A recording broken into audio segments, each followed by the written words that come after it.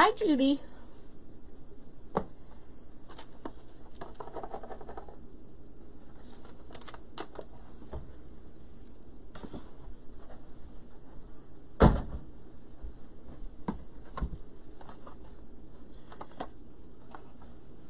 It's such a nice day here today. I feel guilty for being in the house. Thank you for sharing, Judy. We're going to do a beige and black ribbon first, and then we're going to bump it up and do some fun colors, some fun spring ones. I'm using the Easy Bow Maker.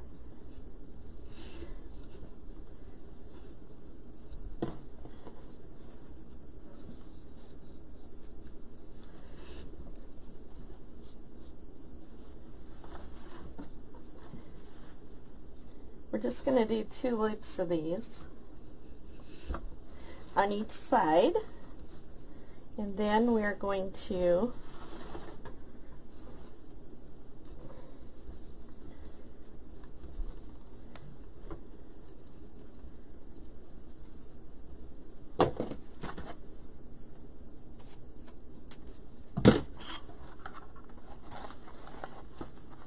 Hi Jean, hi Maxine. How are you ladies today?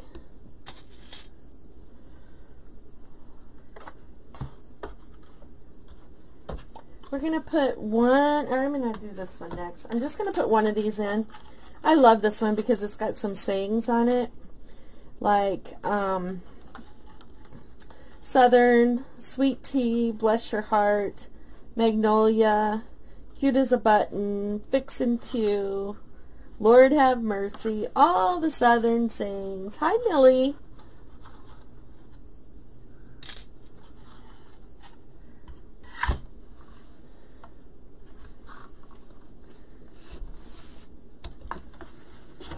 So this one would be really pretty on a everyday wreath.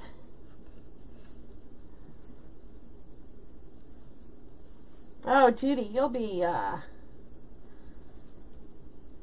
ready for a nap. Just going to do 1 loop on each side of this one.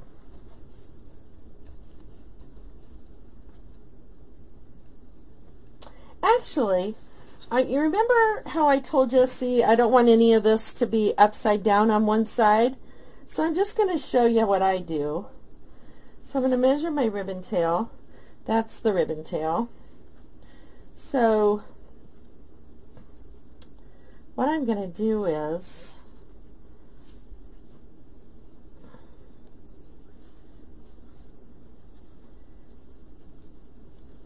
measure out my 6 inches on each side.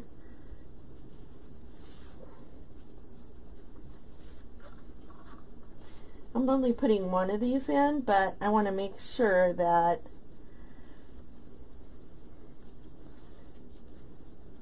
that's 6 inches. So I'm going to put this in so that I don't have these all go the same direction, if you follow what I'm saying.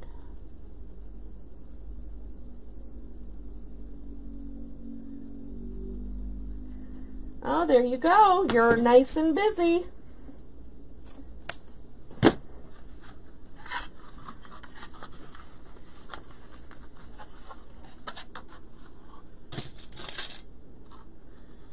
It's way too early for us to think about planting any of our outside flower beds, because here next week it's going to be, we're going to do 2 on this one with the black in it.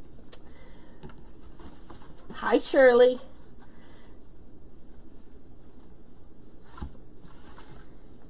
So next week we're supposed to be freezing again.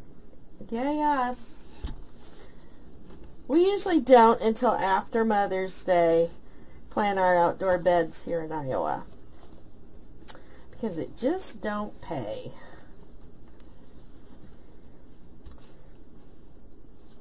I'm going to do 2 on this one.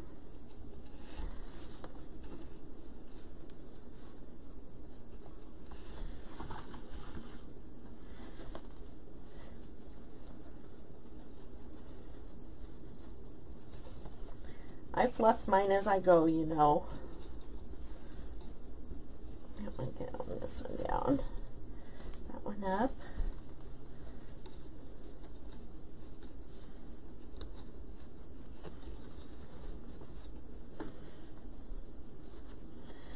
We want to have all of our pretty ribbons showing when we're done.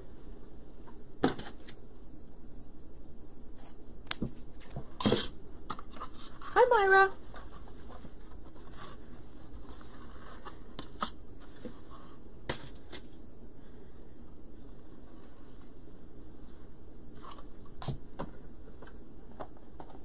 Okay, the next one I want to put in is just this horizontal stripe. And I'm going to go down to 5 inches on this one.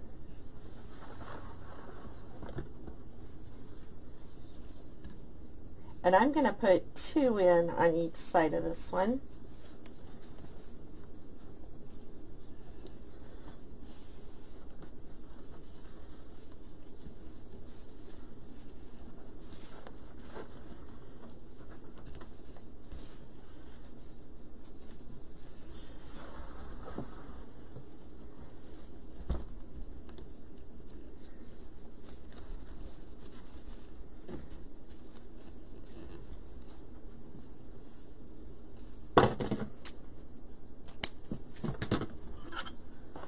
Thank you, Jean.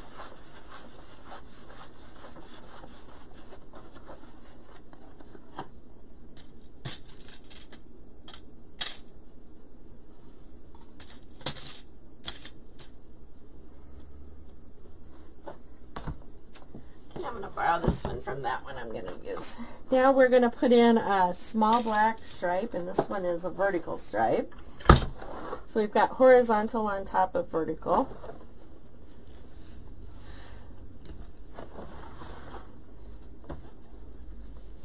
And I'm going to come down about another inch, and I'm going to put one of these on each side and make my center loop.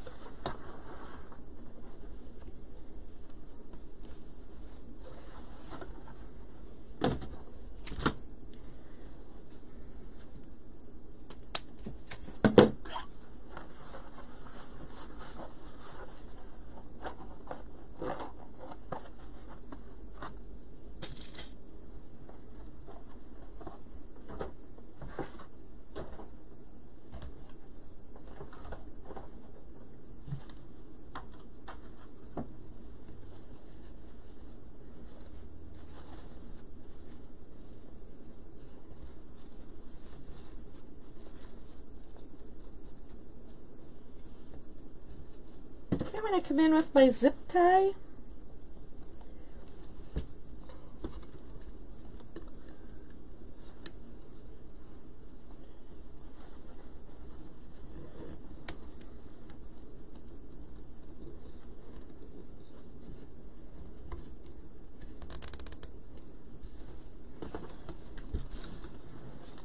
And I keep this tight.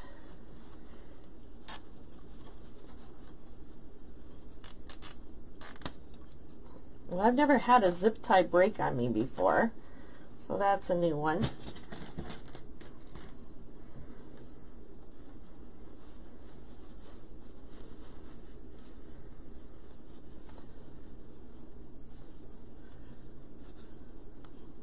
Hi, Kim, welcome. You guys, when you come in, if you say something, I'll be able to see you. Otherwise, Facebook hides you on me. Oh, and I almost tightened that too tight before I got my pipe cleaner in there. I like to say hi to everybody that stops in. Okay, that's tight. We're going to cut our zip tie off and do a little fluffing.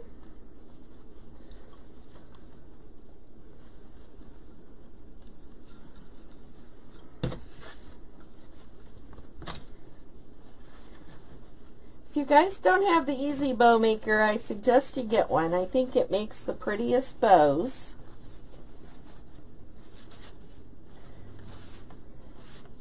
And it's really simple, easy, and fast way to make a bow.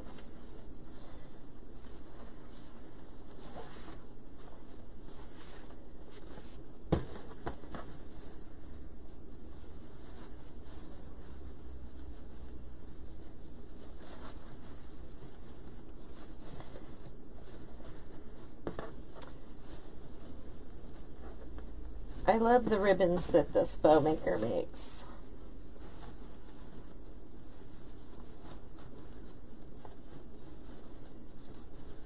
I said ribbons, I meant bows. Hi Darlene, how are you? So here's our first bow today with the blacks, the beiges. So when I store mine, I have a big box of bows because I list them. So I store them, I roll all of my ribbon tails up so it doesn't take much room.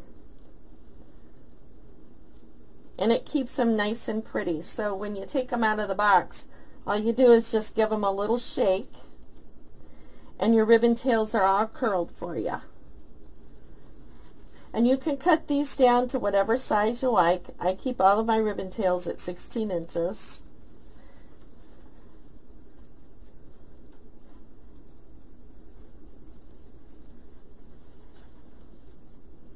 And those of you that have just joined me for the first time, I'll show you what these look like on a wreath.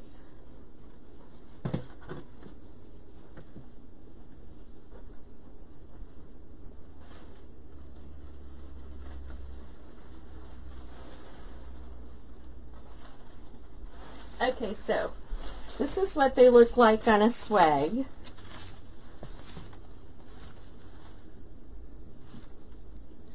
I can't see what you're seeing. And this is a bow just like I made here, only with 3 different ribbons instead of 4. And I'll show you what they look like on a wreath.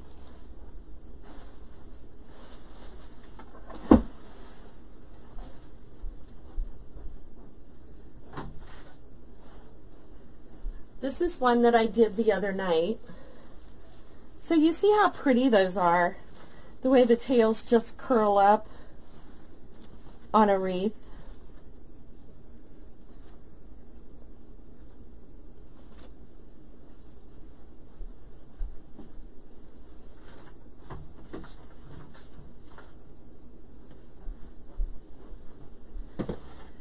So let's move on to our next bow. We're going to do pink and black. So I'm going to start out with a pink gingham check.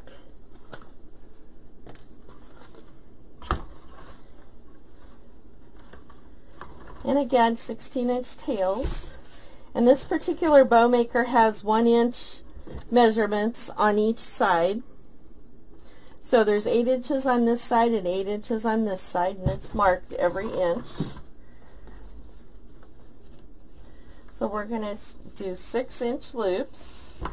So I just bend it at the 6-inch mark and put it through.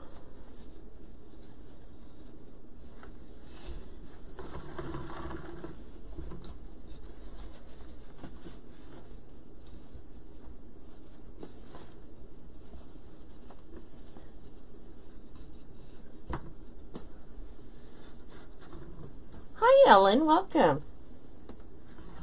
We're going to do a patriotic ribbon next, or bow, because it's coming up on that kind of season.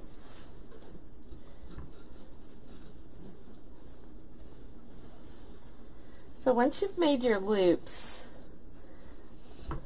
you want to keep the right side of the ribbon up. So again, I'm going to do 2. This is a real nice textured gingham check.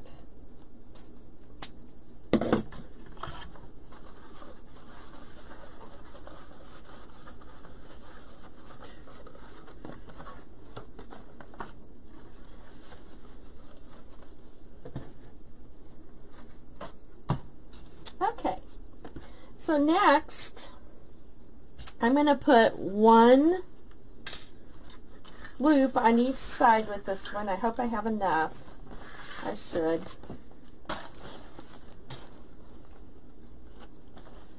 I'm going to put this Harlequin black print in there. And I know you're thinking, oh my goodness, what is she doing? But you'll see how pretty this is.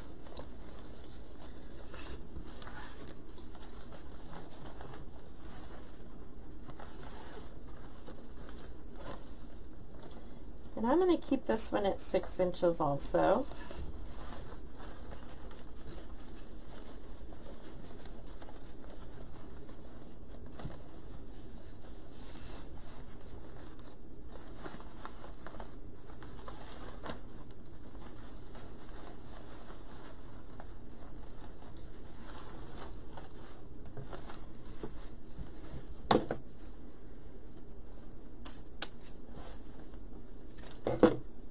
Okay, and next we're going to go in with a kind of a plaid pink.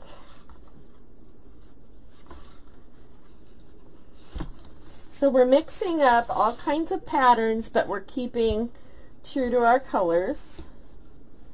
And this one is going to have 2 in it on each side.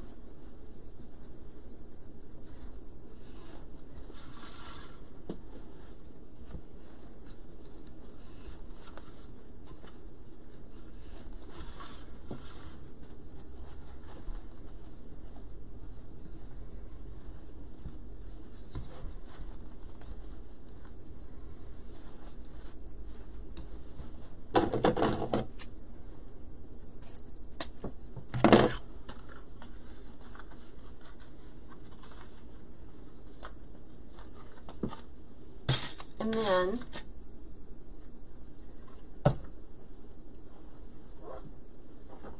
I want to use this narrow black again.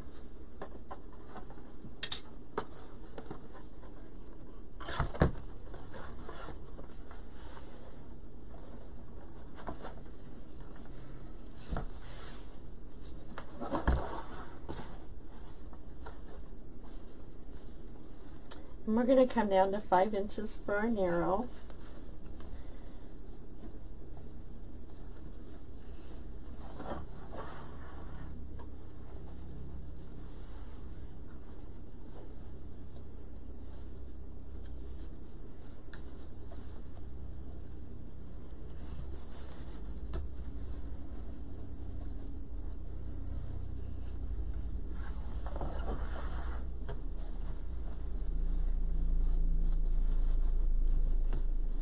We're going to have 2 on each side for this one, and we're just going to do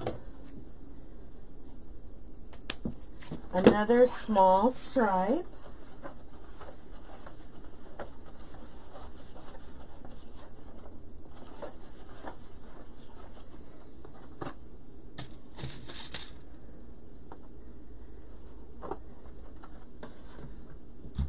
Now this one is going to be another stripe, but we're only going to do 1 on each side and our center loop with this one.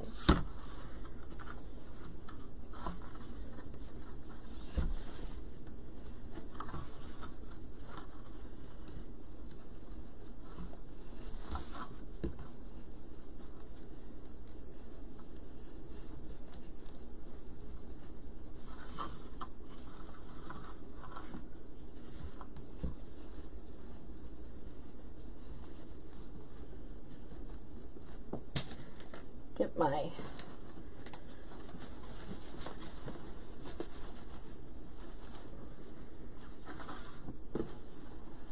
now when you do the center loops, you're going to have your last tails on the same side, and after we get this all tightened down, then we move it over. Let me get that ribbon tail cut off.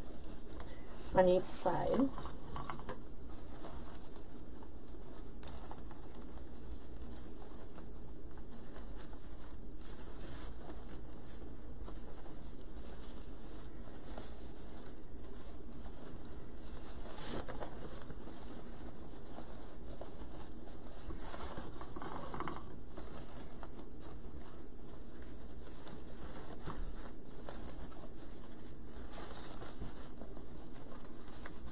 Thank you, Carla, for sharing.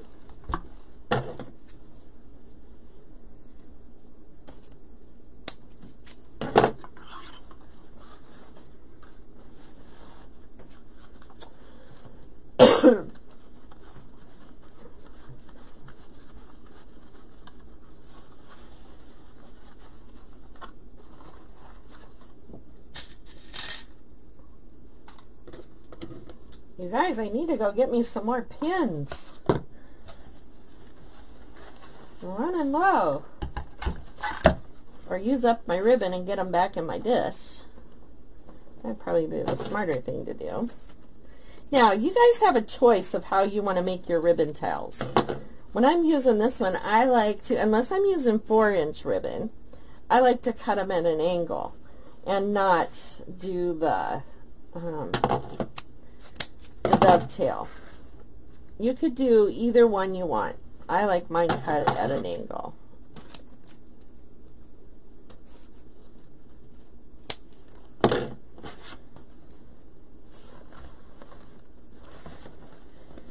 Put our polka dots and stripes in.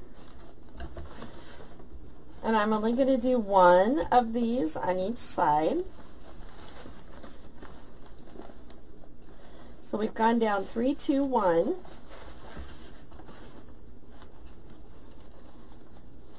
That needs to be a little bigger. Side.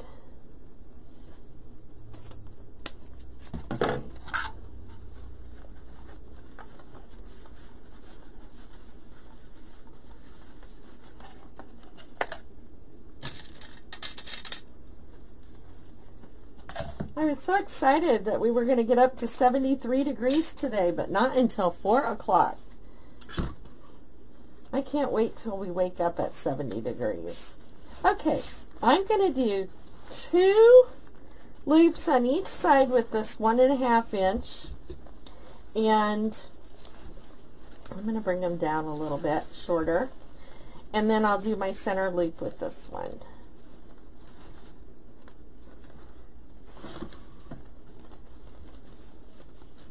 I love the 4th of July holiday, but when I was a kid, it used to bum me out that after the day was over, we'd think the day was never going to get there.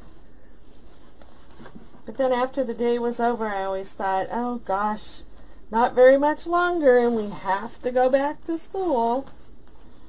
Remember when you were a kid doing those things? We used to go to my Aunt Marge's house. She lived on a big kind of an acreage. She had a lot of acres there. And my grandpa would bring my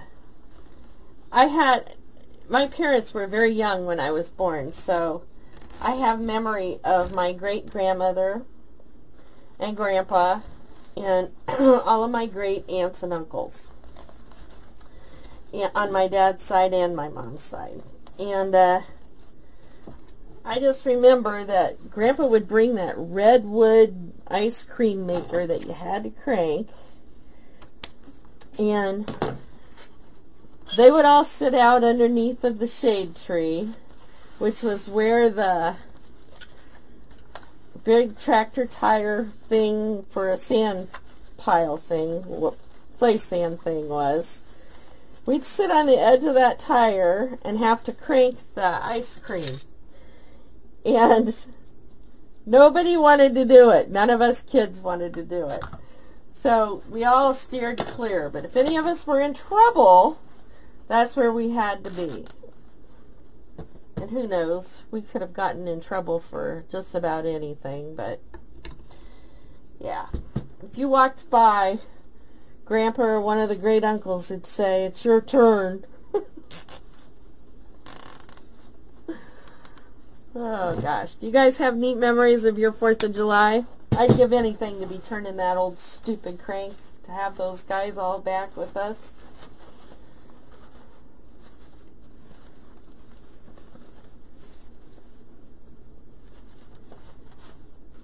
I lost my grandpa when my oldest son was 6 months old.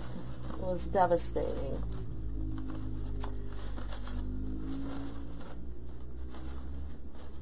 I was the first grandchild on both sides, so I was very close to all of my grandparents, actually. I would spend all of my summers with them. I learned how to garden, how to can, how to cook.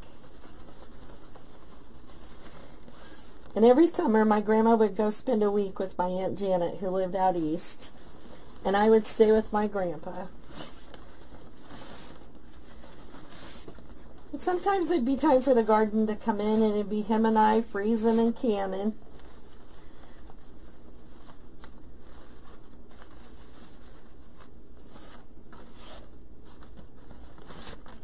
I was a teenage drama queen, too. I was a very picky eater. And my grandpa always had to have a poached egg every morning. Well, to me, that's like eating raw eggs. And, of course, I hate eggs. Always have. Thank you, Mary. I'm glad you like your Easy Bow Maker. I think it's the quickest way to make a bow. Isn't that pretty? I love this bow. I love this ribbon combination. And see, this one wasn't even red, white, and blue. It was just a regular. This is what I had left over from Valentine's Day. But it goes well in this one. Kind of breaks up that red, white, and blue a little bit. Okay, so there's our third bow today. Now let's change it up a little bit. And we're going to do just a 3-ribbon bow here.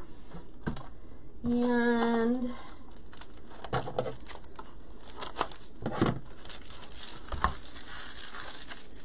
this is a cute little ribbon. It's got a dragonfly, a bumblebee, and a snail on it. Okay, and so I'm going to pick up the blue in this one, and I think we'll pick up the pink and yellow and black.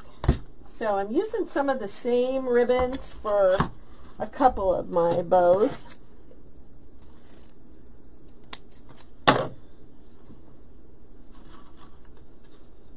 I gotta pound my peg in. This is gonna get loud. Sorry, guys. I should glue that in. I always forget about it when I got my glue pot on. Okay, again, 6-inch ribbon tails. And we're going to do 2 in this one on each side.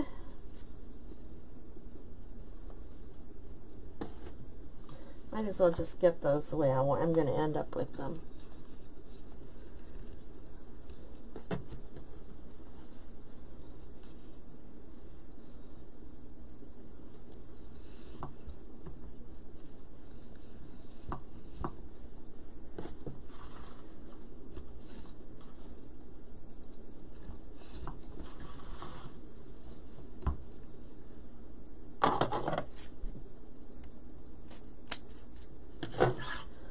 That's such a pretty blue. I don't know, I think I might even call this a cornflower blue, maybe. I really like it. Okay, next I think we're going to go in with, let's pick up that yellow. Let's go in with a plain yellow, I think. Let me see. Maybe I want to...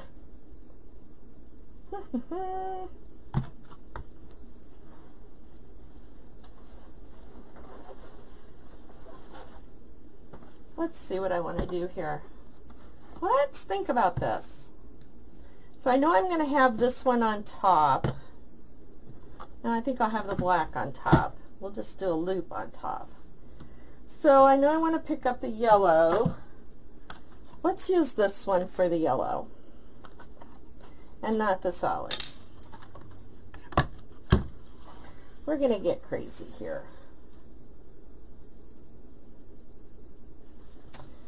I'm going to set this aside.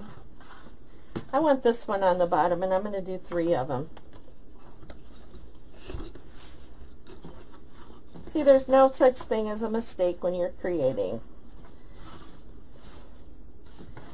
You can change your mind anytime you want to, and it's easy fixes.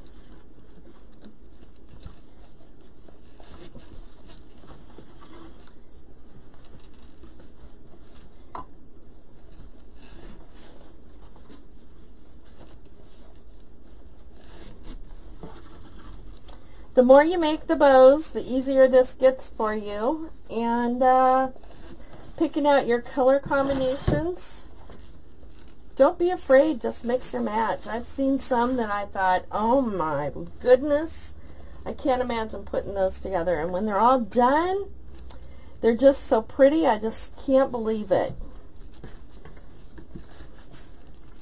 So take those risks on the colors and the patterns. In this day and age, everything is art.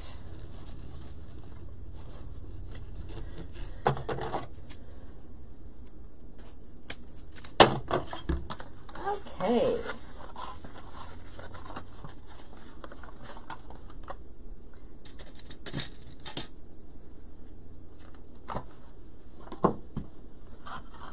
Now watch this. Ta-da! I just stuck that right back in there, and if you weren't watching close, you'd have never known that I messed up and didn't start off with the right color. Right?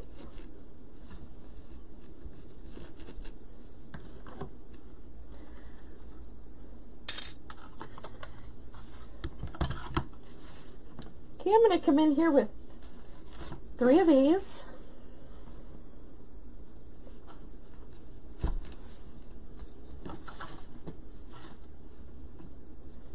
I'm going to drop these down to 5 inches.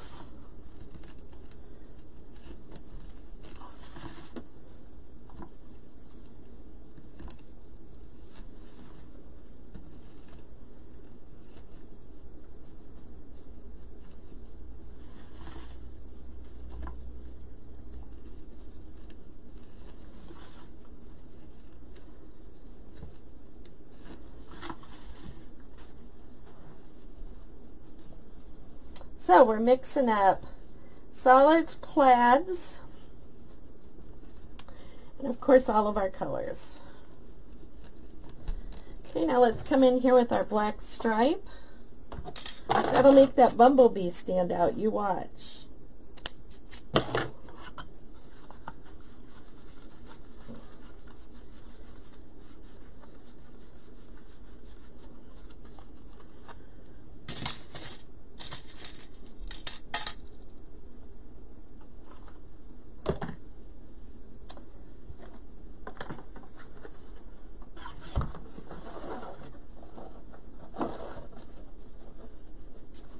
I'm just going to do, I think 1 on each side. Maybe I'll do 2 on each side.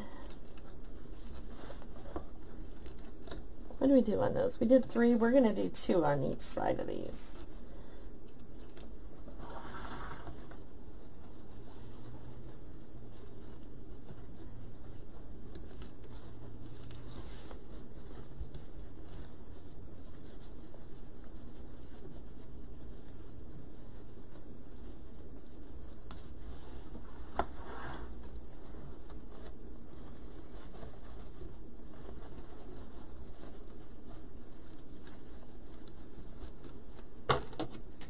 Oh, let's do a center loop.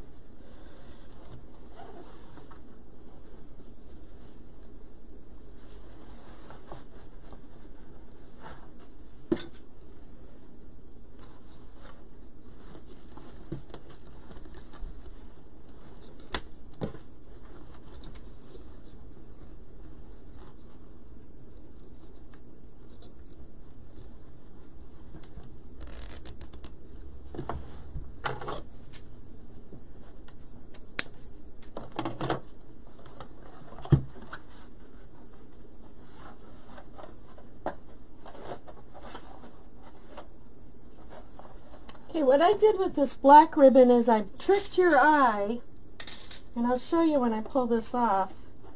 It makes your eye gravitate to this bumblebee in here.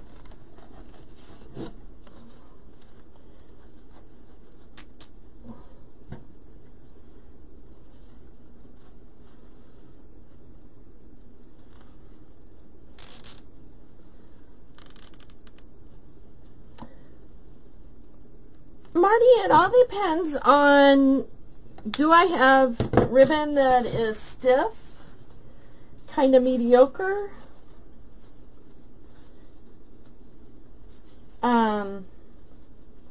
what I'm putting it in,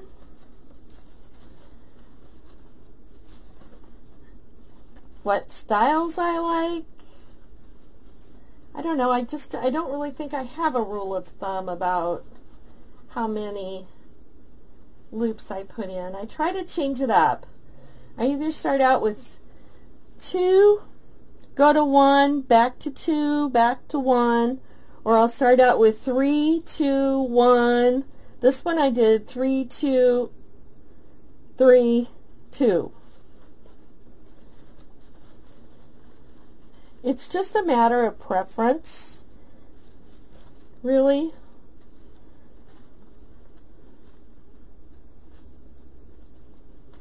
Okay, let me finish fluffing this, getting my tails all down here, and I'll show you how that makes your eye want to look right at that little bumblebee.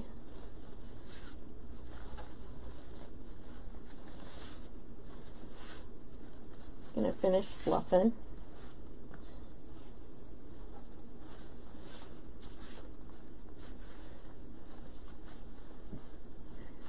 See how it just draws that bumblebee out for you?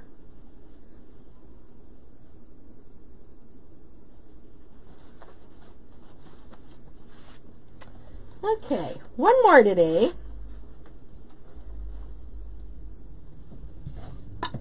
Let's do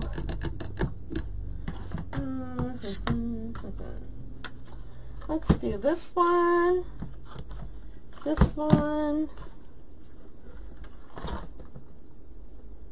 and let's see.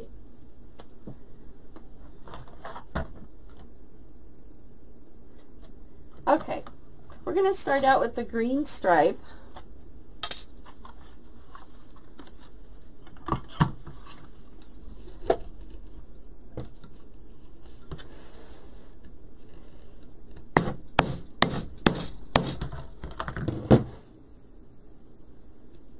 I think it's in there now.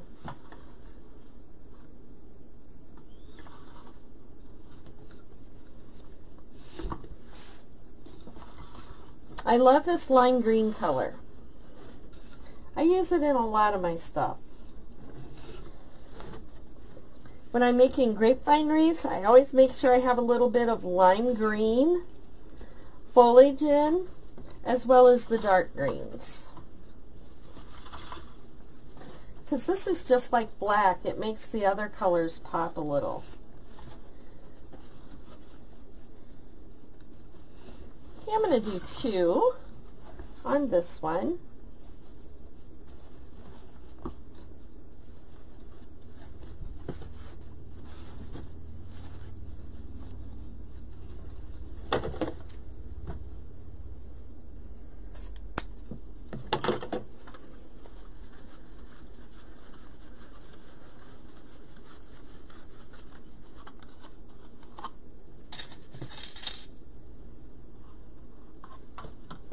Okay, now we're going to put our solid yellow in.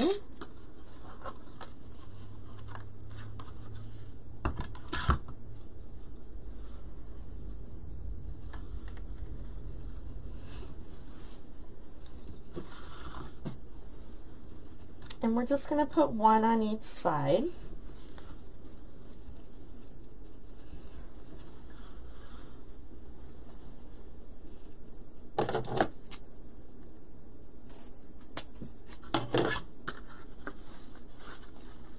This is a pretty yellow color, you guys.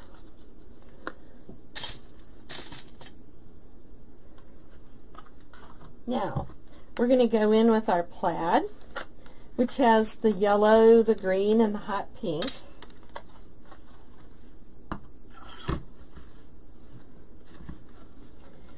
And we're going to do 2 on each side of this one, because we started out with 2.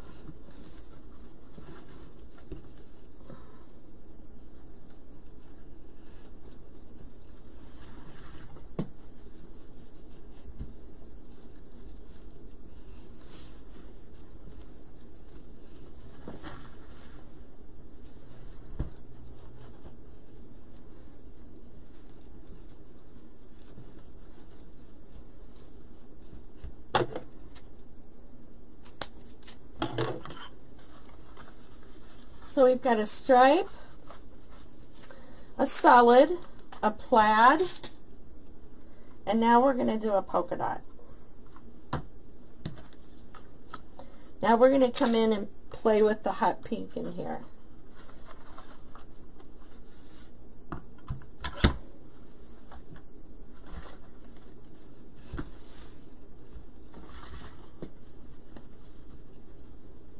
And we're going to do 1 on each side, and we're going to make a center loop.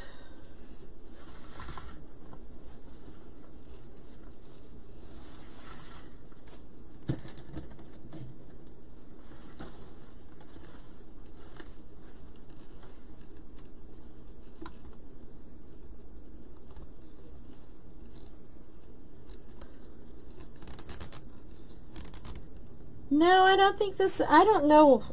You know, I'm not familiar with the terry bow, to be honest with you.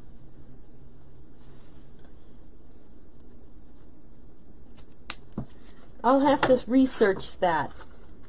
This is just how I do my bows. Sometimes I do 3, 2, 1. Sometimes I do 3, 2, 1, 2.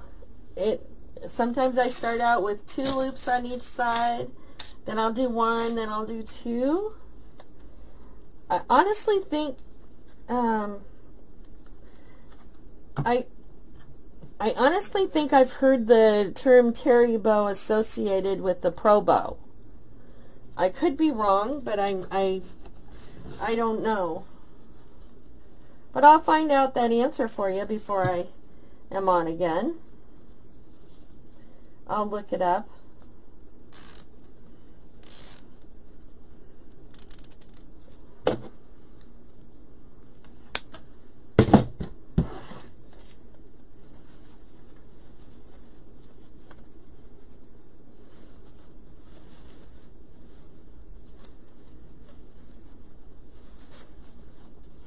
Okay, I'm just giving it some fluffs.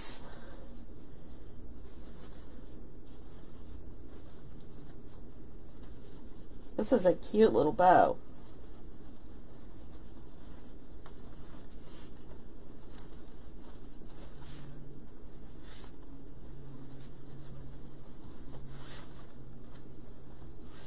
Thank you, Maxine.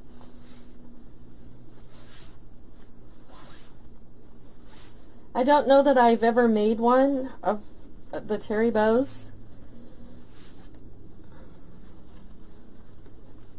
I don't know, I could have and didn't even know.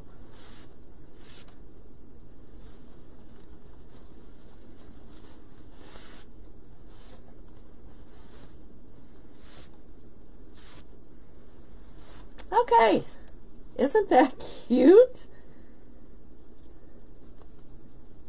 That's a darling little bow. Now I'm going to have to make something to put that on. I think, because I think this is one of my favorite combinations.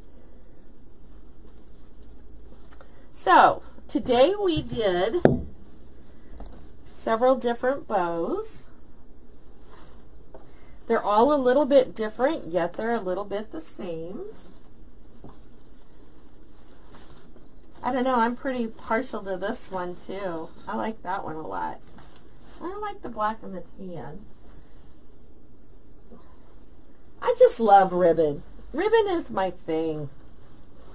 So here are the combinations of all the ribbons that we did today.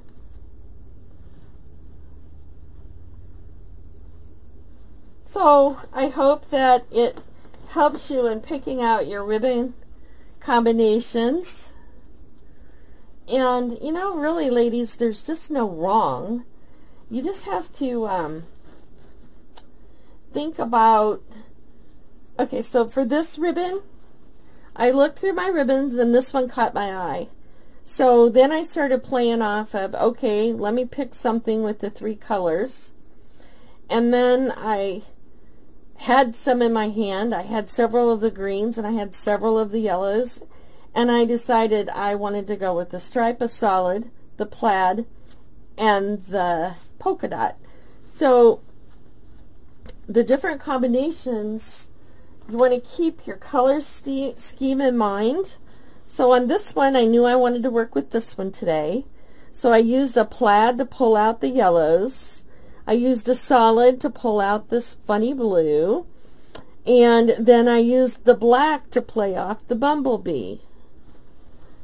On this one, I just like the combinations. I wanted to use this one that has all the southern sayings on it. But I wanted to break up all of this beige a little bit. So I have a tan and white beige. I have the black polka dot and beige, a stripe, and then the black stripe. And that is very tasteful together. This one, I just like the contrast of the pink and the black together. So I used a gingham plaid, a harlequin check, another one in pink, and the horizontal stripes. So in this one, I used what everybody was using for Valentine's Day.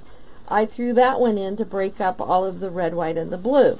And I think this is probably one of the prettiest patriotic bows that I have seen anybody making lately. I love this combination. It's bright. And it's not so busy that you don't understand what you're looking at. So I hope that helps you all to be able to pick out your bows and your ribbons, but they're fun, and just don't be afraid. Do what pleases you. I mean, I know that there is probably somebody that's going to watch this video and say, oh, why would she put black with pink? But it pleases me, and you know, I guarantee you somebody's probably going to buy this. You can't please everybody that you're making bows for. You can, you know, if they want you to make bows for them, just make sure that, you know, you're pleasing them. You know, if they tell you that they want purples or whatever, well, change up the patterns of the ribbon a little bit. You have to stick with somewhat with what they want, and if they have seen one of your ribbons that they like, then you can work around that. And but in picking the ribbons, you have to be able to visualize in your mind, what is that going to look like when I'm done? And believe me, when I first started doing the bows and things, I was seeing some ribbon combinations that I was like, I don't know about that. And lo and behold, when it was all done, it was so pleasing to the eye that pretty soon I'm ordering that ribbon. Here's another combination that who would have thought, now this one's been bumped into a ton, but who would have thought on this one? So I've used, see this one here? I just picked up the colors in that and brought it all throughout this bow. And see, I have run into this like a gajillion times because it was hanging on the back of my door. And it just doesn't matter. I can fluff it right back out. But this was another one that you wouldn't think that these combinations would go well.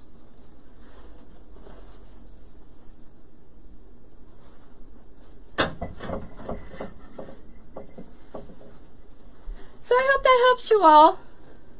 Thank you, Cheryl. So I'll see y'all tomorrow afternoon or tomorrow evening probably. And we'll make something pretty. I think I better make another wreath. A grapevine wreath tomorrow, I think. I might do a big oval wreath tomorrow. I don't know. I'll figure it out. But anyway, thanks so much for joining me. And I hope that you're all having great weather today and you can get out and spend the rest of your afternoon outdoors and get a little bit of that vitamin D that we all need from winter. Oh, we all had such brutal winters. But anyhow, thank you so much for joining me. You know, I love each and every one of you, and I pray for many blessings for everybody. And I'll see you tomorrow evening. Bye, you guys.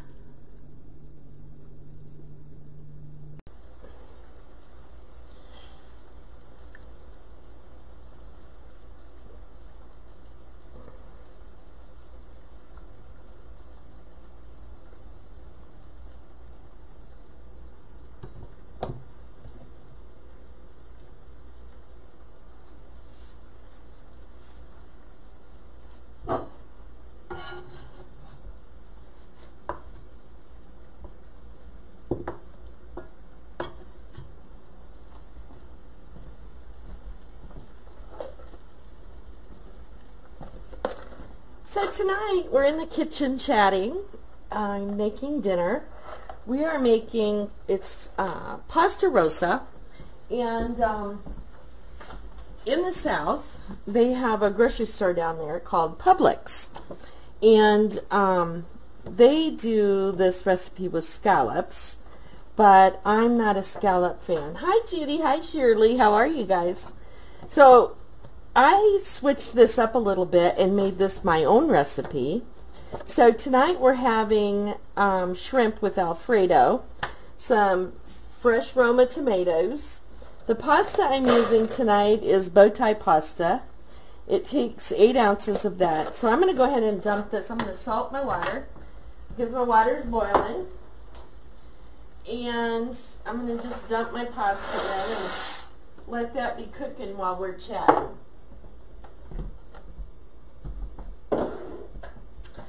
So, I'm using Roma tomatoes. You need 4 of these.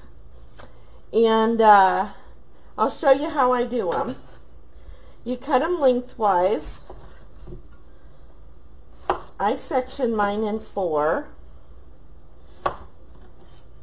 And then we're going to want to take the seeds out. We don't want these seeds in there. So I just bring my finger down these, and that's what it looks like. So I take all of the seeds out of my tomatoes.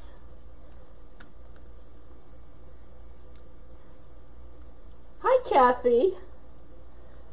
Hi Mary. We're having pasta with Alfredo sauce on it, shrimp with fresh Roma tomatoes and zucchini. If you guys live anywhere near your Publix grocery store, they call this pasta rosa, and they their recipe calls for scallops. Personally, I think scallops and Alfredo sauce is a little too sweet for me, so this is what I'm doing.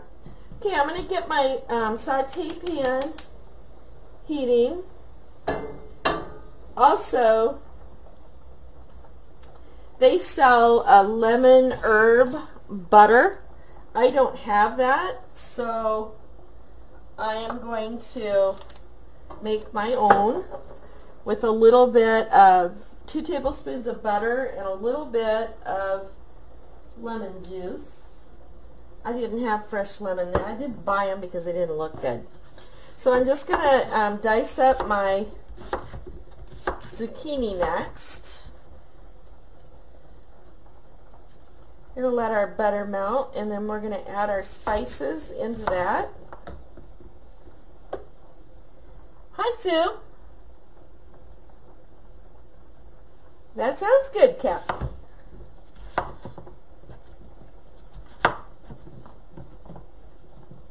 You know what my favorite thing is?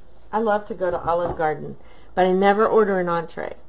I have soup, salad, and breadsticks, and I order their Alfredo sauce to dip my breadsticks in. How bad is that? I figure I can do that because I'm having soup and salad, but oh well. Okay, to my saute pan, I am going to add a couple of cloves, equivalent of a couple cloves of garlic. And I'm just using the jar of minced garlic.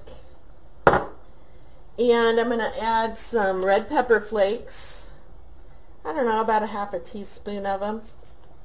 Give it some spice. So we're going to just let this saute up a little bit. Get in that good butter and lemon juice.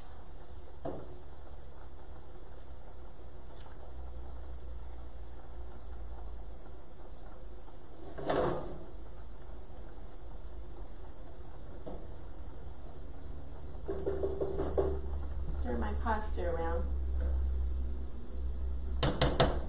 Okay, so if you can believe it, I come home from work and Brian says, I said, I'm making pasta on a live tonight, and he says, oh, he says, well, I really don't want to eat anything tonight. I had a late lunch. And I'm like, okay, but I already promised I was doing this, so I guess we'll heat it up for tomorrow. I'll be all the farther ahead. This is a great recipe to come home from work and do because it doesn't take very long at all to do it. Okay. So to this, we're going to add the zucchini. Let that get soft. And you notice I did not chop this real small.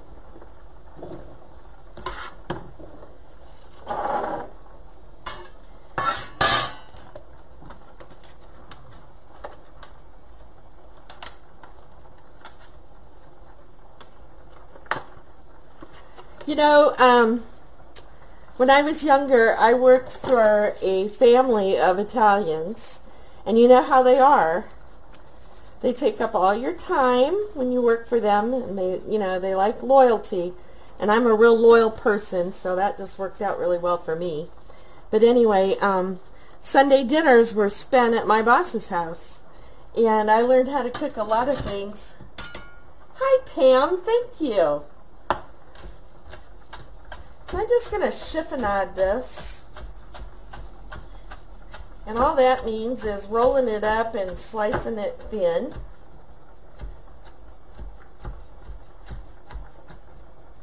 Because in the very end, we're going to put the basil in. And we're cheating on the Alfredo sauce tonight. I like to use this Bertolli. And we're only going to use 1 cup of this.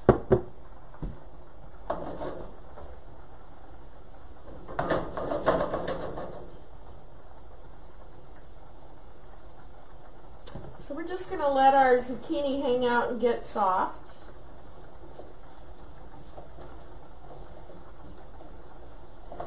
I love zucchini. I like to bread it and fry it for a little snack. I bread mine. I dredge it in flour, then egg, then panko.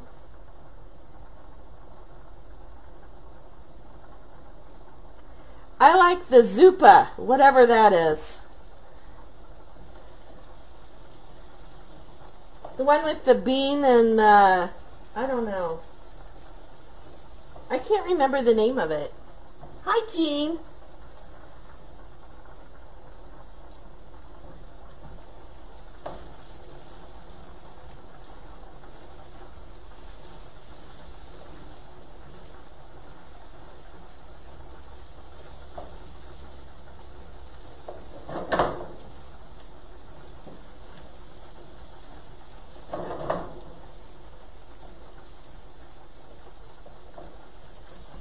As my zucchini starts to get soft, I'm going to add my shrimp.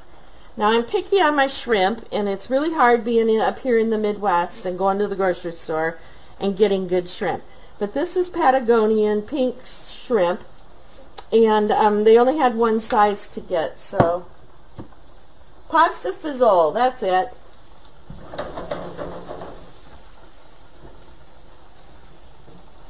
That's my favorite.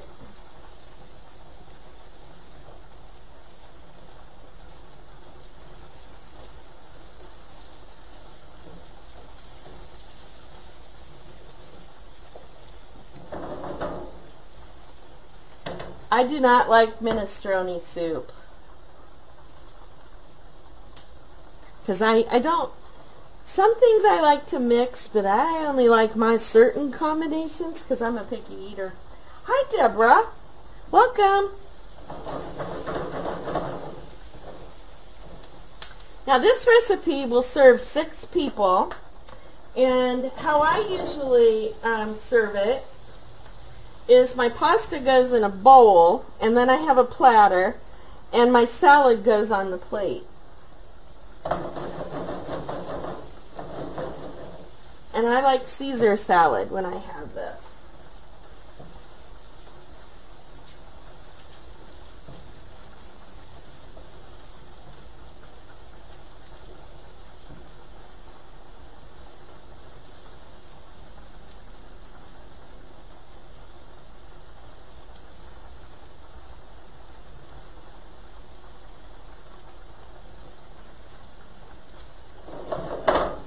Now I don't want to have my heat up too high that I burn my garlic, because there's nothing that tastes worse than burnt garlic. So we definitely want to be careful with that. So I'm going to just turn this down a little. And zucchini cooks quick. I don't like my zucchini to be mushy either.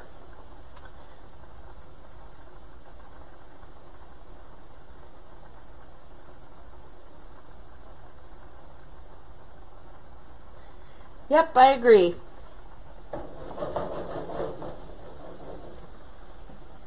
I agree with you, Mary. Okay, so Kathy had Alfredo. What are the rest of you having for dinner?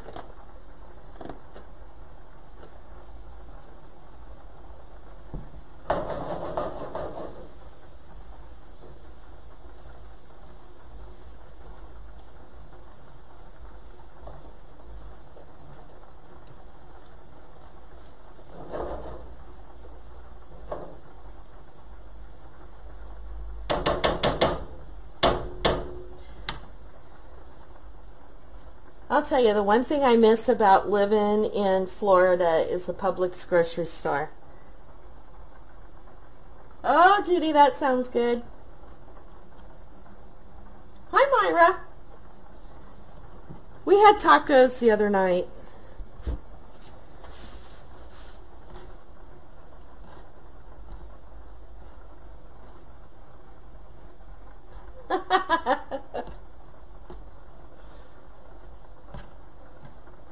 I made this for our friends that live in Colorado once, and now I have to make it every time they come visit.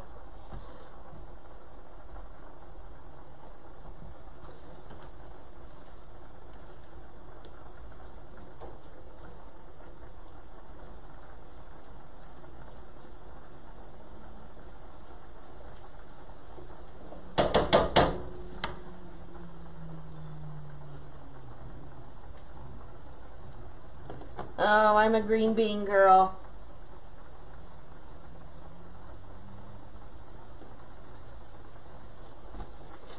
Kathy, my mom likes the chicken nochi soup that they have.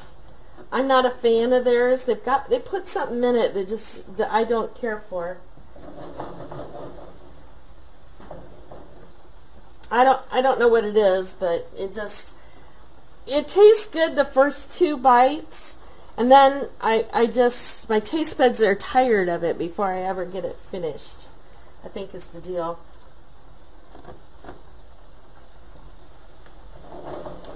You guys are going to die when I tell you what I've been craving. Chili dogs.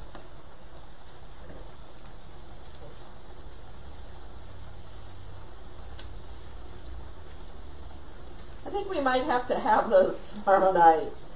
Just plain chili dogs. you, my zucchini is really starting to get soft. Let me see what my pasta's doing.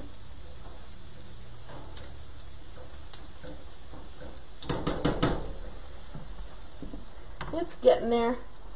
I'll tell you guys, I don't know if you guys like salads or not that just keep for the week, but I'll take the bow tie pasta, boil it up, and slice up some cucumbers, chunks of cucumber, and regular tomatoes, and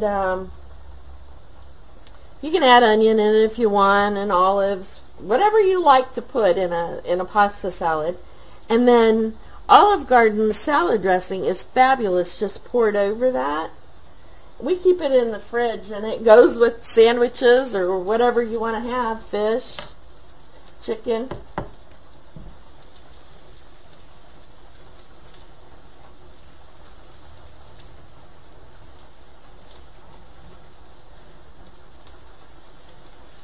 Okay, I'm happy with the progress on my zucchini, so now I'm going to add my shrimp in. I've washed it and then shelled and deveined, so I don't want to overcook my shrimp either. I am going to add my last tablespoon of butter in there.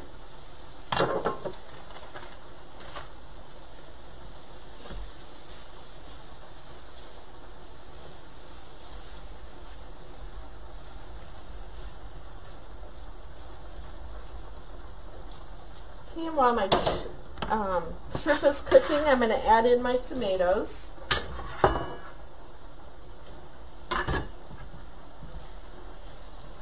Can y'all see this okay? Bring you over here.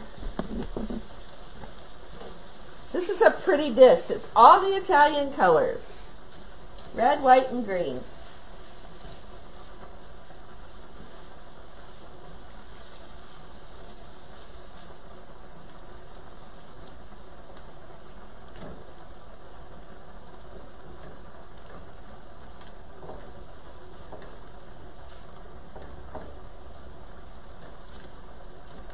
Just going to let that cook. Let my tomatoes get soft.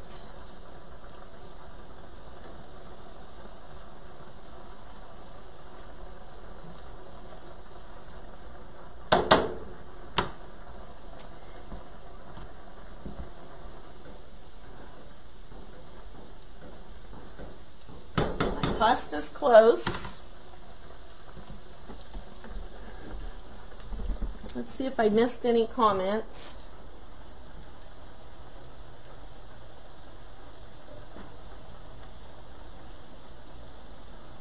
Oh, I know, Mary, especially, you know, like, I live in Iowa, so we always have sweet corn, and we always say knee-high by the 4th of July on our corn. We're usually harvesting our corn right about the time that 4th of July rolls around, so we always have sweet corn on the cob. And that pasta salad goes really well with it. And I'll just tell you, half the time I won't even cook a meat when I have that salad and our corn on the cob.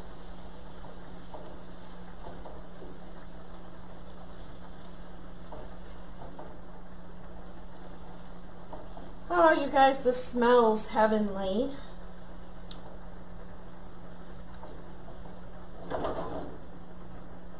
Okay, I'm going to add my basil in now. Let that marry up with those tomatoes and that zucchini. Got a little liquid in here, so I'm not worried about scorching my basil. That's another thing. Don't scorch your basil. It'll make it bitter instead of sweet like it is. Okay. So now I'm ready to just dump in our Alfredo sauce. A couple turns around. I don't measure it. I just kind of eyeball it.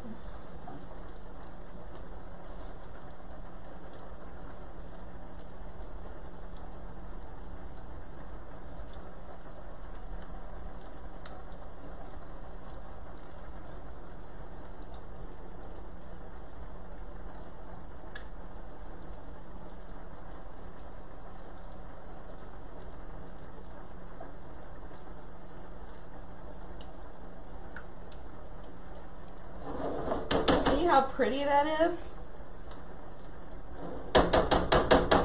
Just going to let that cook a little bit. I think our pasta is done. Let me drain that. Bring it over to add in.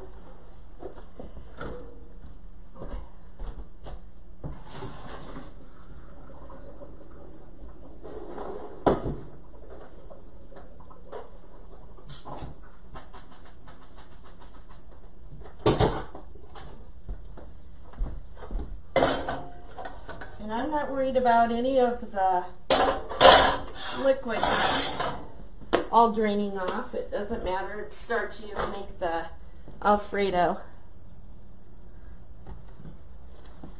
even better. So I'm just going to let this heat up a little bit. I don't have my heat on high. Let these flavors marry in a little bit.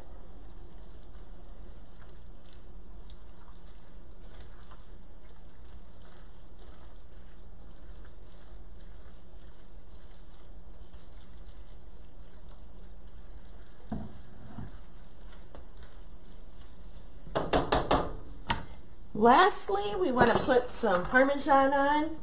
Ideally, if you could grate your own, that's better than buying this shredded, but yeah, we're always in a hurry.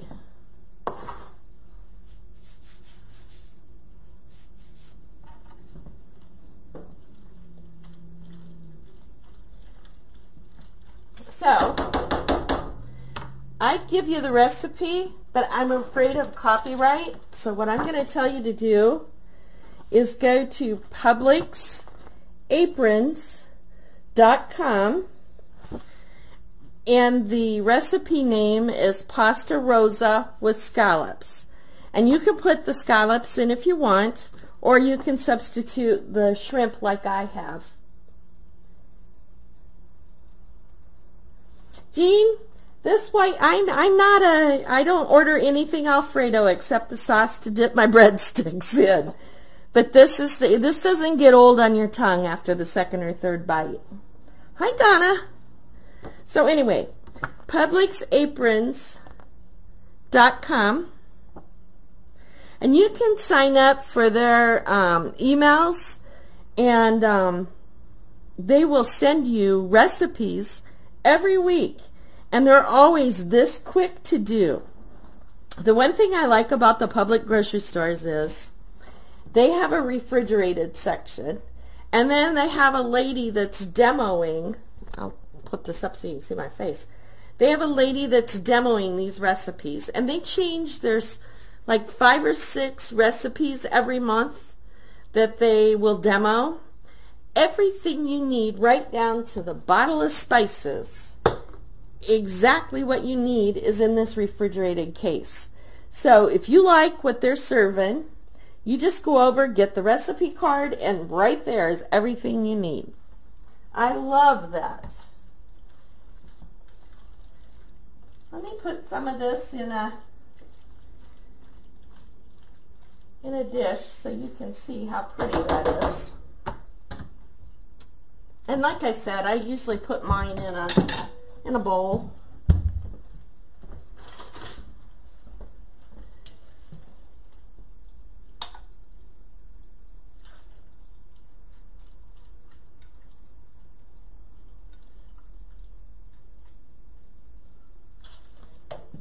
So look how pretty that is.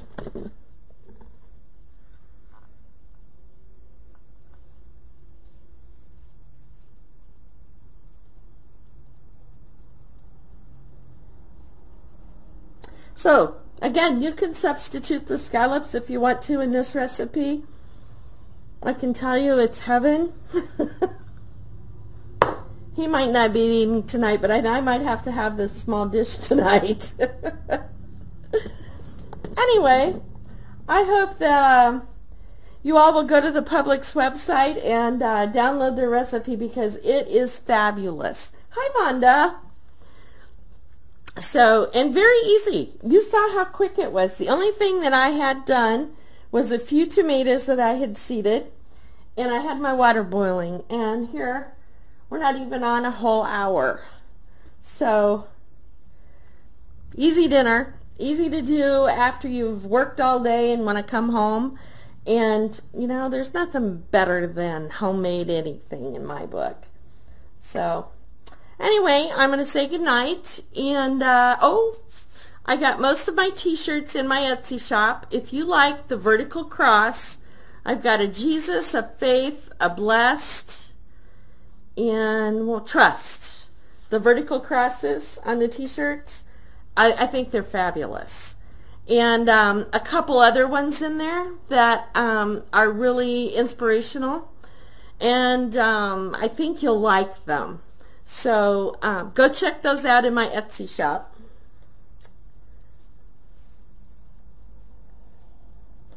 And I'll see y'all tomorrow at 1 o'clock for Bow Saturday. Good night, guys.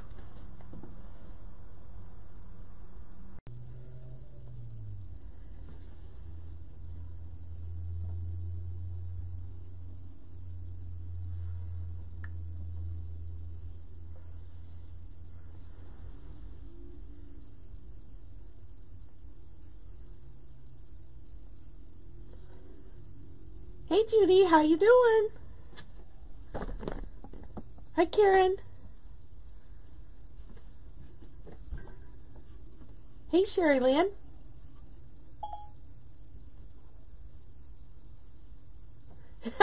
Said hi to Sherry Lynn, and Siri thought I was calling her. Oh boy. So let's get started today. We're going to do a real pretty, simple bow for our first one.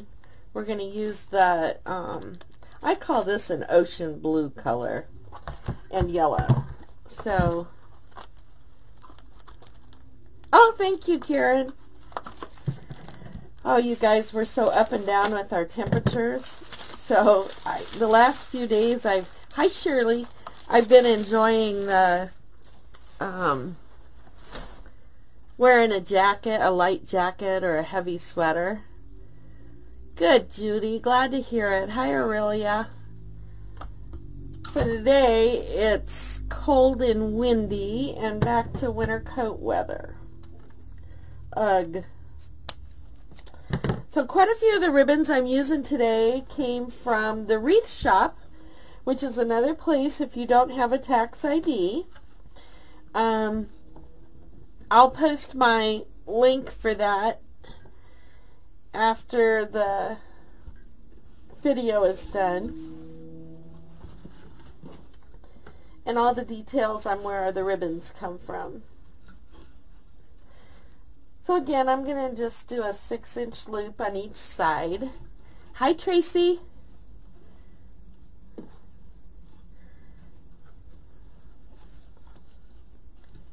Hopefully you can see. Let me put this down. Hopefully you can see at this angle better. So I'm going to do 2 loops on each side. Then I'm going to do 1, and then I'm going to do 2. This is just going to be a real simple bow for our first one starting out today. I'm using the Easy Bow Maker. I love this bow maker. It's real simple. Well, I love my Pro Bow too, but this one I like the looks of the bows and the long tails. I'm doing great, Tracy. So, the Easy Bow Maker, if you're not familiar with it,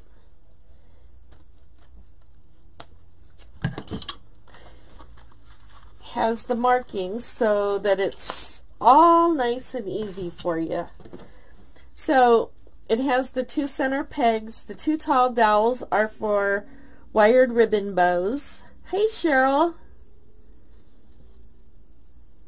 Snowed in. I'm so sorry, Cheryl. Hi, Ginger. So, the 2 tall ones are for wired bows. The small peg and here is for like hair bows, no ribbon or no wires. And then the dowel to hold your ribbon in. So you can see here it's got markings on each side of my center pegs, and they're in 1-inch increments. So you'll see I did a 6-inch bow loop. That's why I love this thing. Everything is just measured out for you. Ginger, I hope you're doing well.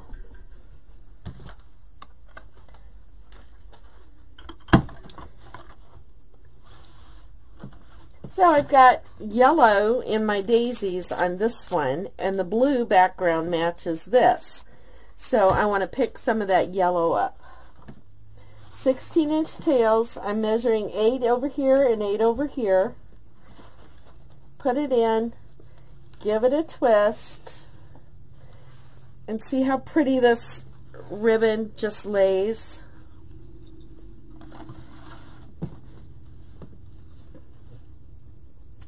And again, I'm going to do a 6-inch loop, but I'm only going to do 1 on each side with this one. So I'm not twisting it because I want it to be up there. So I want the right side to be up. And I'm just going to cut that off at an angle. It's your choice if you want to dovetail. Yes, this is 2.5-inch ribbon. You want to put your 2.5-inch ribbon on the bottom of your bow, and as you build up to the top, you want to switch it up to a 1-inch ribbon if you want to. Now I'm going to do, my next bow I'm going to use 3 2.5-inch ribbons and 1 1.5. And then I'm going to have one that I'm going to do nothing but 2.5-inch ribbons with. I'm going to show you all the combinations. So, you know me, I like to mix and match my patterns on my ribbons. So, these patterns do not match, but the colors, the combination of the colors match.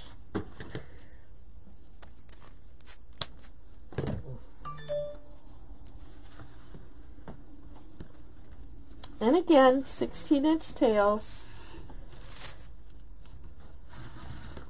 And I'm going to do 2, and I'm going to bring these down to about 5 inches. So just move your loops to the side so you can see where you're measuring. I give it a twist so you see that the wrong side is up now, so that I can bring it back, and my tail will be right side up. Okay?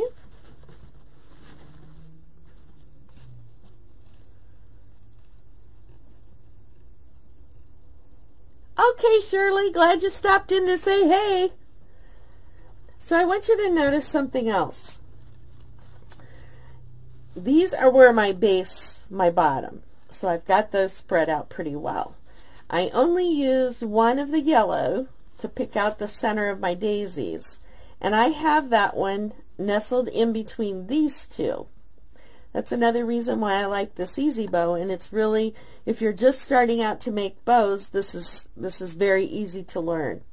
So now I'm going to do 2 loops on each side with this.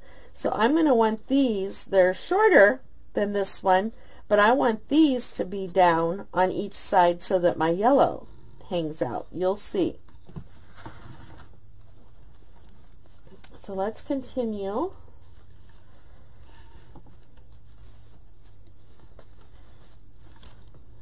One more loop of these, and then I'm going to do a center loop so that I can cover up my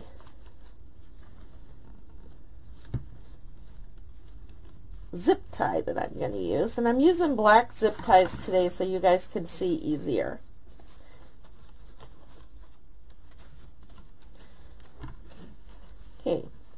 You just want to give about 1 or 2 inches on that center loop. Now you'll notice my tail is going to be, both of the tails on the 1.5 are going to be on the same side of my posts, okay? So I'm going to take a zip tie. I'm going to use the black one so you can see them well. Okay, if you notice on the zip tie, the head of this is raised on one side. You want that to be down, because when you bring it together, you're putting it into the flat side. You see that? Flat, or raised side, flat side. So I'm going to slide this in right up next to my center post. Okay? I'll turn this. Poke this down. Get it started until you start hearing the clicks on the zip tie. Okay? Then I'm just going to, I think I'll cut this ribbon tail off before I go any farther.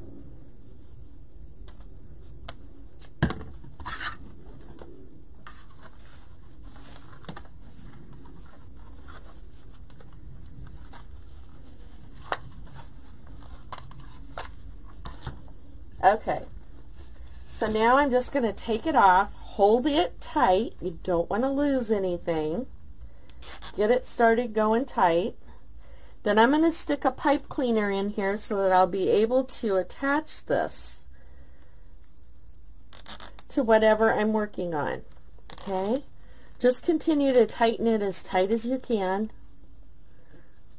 Thank you, Tracy. We're going to clip this off. We don't need it. Now I'm just going to hold it by these pipe cleaners and fluff this out. I'm going to try and hold it with my left hand and fluff it with my right. It's backwards for me, but I want you guys to be able to see how easy this is. So the first thing I want to do is take the ribbon tail that was on the other side and bring it so that it's flowing this way. Okay? I want to pull down on my ribbon tails, get those going. Then I want to come back and get my center loop covering that zip tie. You see the zip tie down in there? Just going to bring that over. And again, I'm going to make sure I had this pretty much shaped before I ever took it off the form. So I just want to make sure that my bow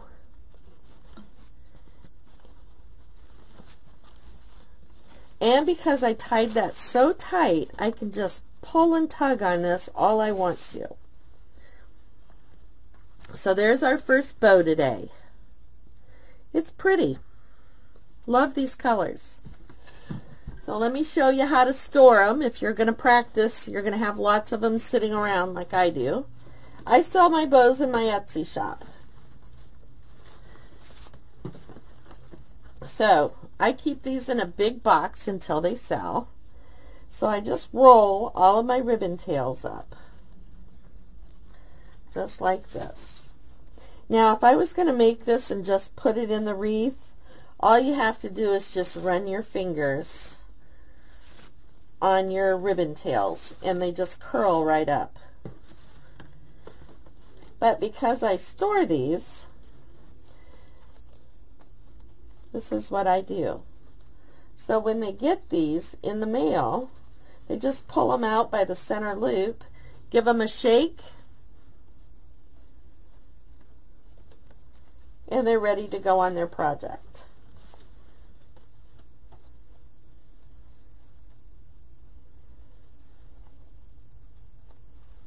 Last year at Christmas time, I made a really big bow for a lady who was giving a car away, and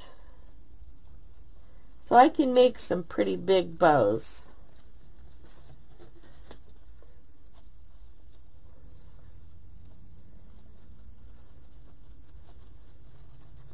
Okay, So this is how it goes in my box, just like this. And when they pull this out of the box after it's been shipped to them, all they do is just pull it out of the box by the center loop, give it a shake, and it's ready to go on a project. Because I use such nice quality ribbons, always, always, always, that's the key to a nice looking ribbon, is good quality ribbons to start with. Okay, let's put this one over here. I always use quilt pins to keep my ribbons in order.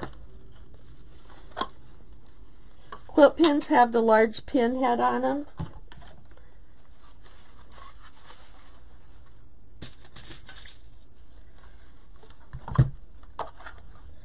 Alrighty, let's move on to a new ribbon. Okay, this is my next combination. You know how silly I am over pink and green.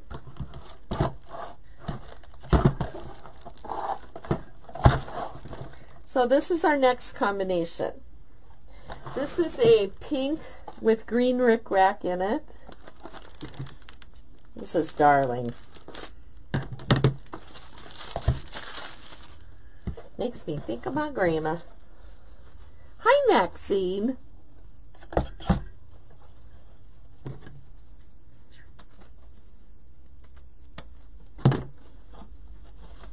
Okay, and again we're going to do a 6-inch loop.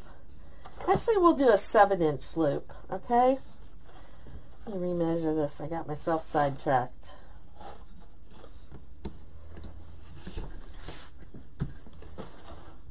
Okay, we're going to do a little bit bigger bow because we're going to use mostly the wider ribbon.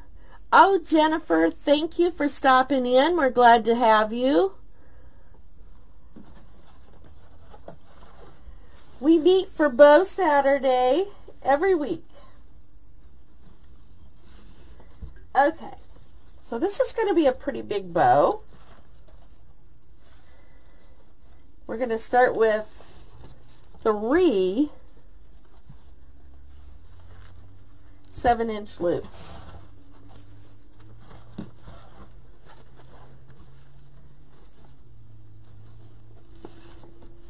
And I'm just going to get these up here and then I'll shape my bow. I shape my bow before I ever take it off of here.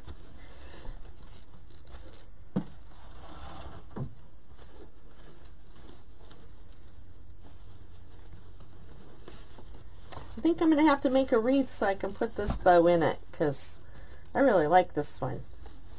Okay, our last one we don't twist. Hey Lynn and Donna, welcome.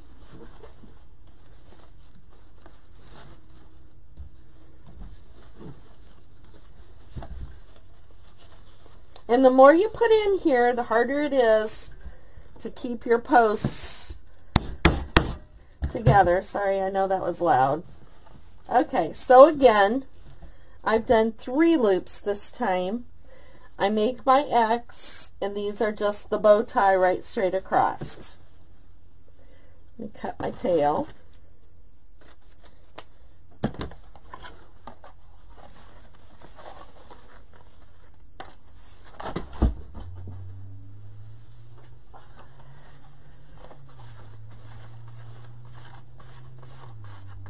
You guys would have laughed at me. I was picking out ribbons this morning, and I got my thumb stuck in one of the center holes. Couldn't get it out, and I thought, I'm going to just have a paper cut all the way around my thumb. We're good, Donna. How are you?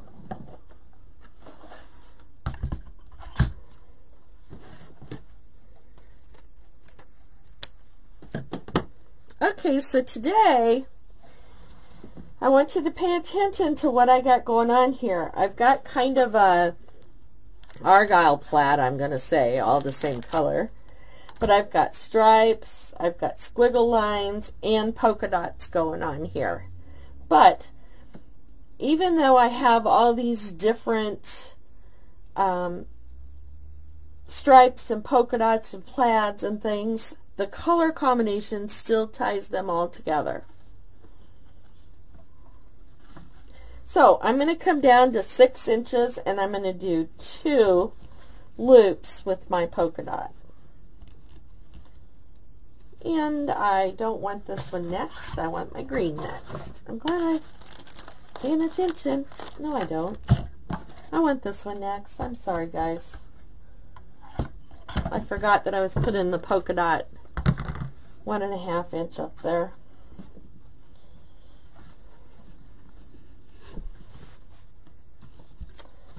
Tomorrow is my last day of my 30 days of lives.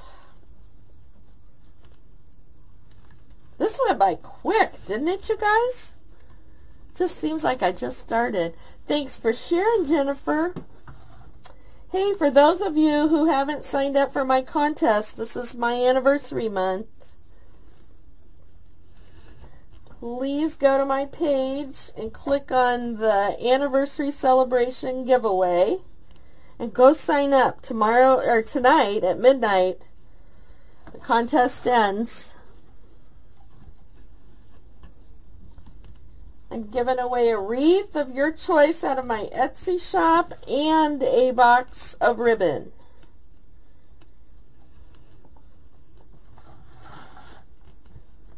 Okay.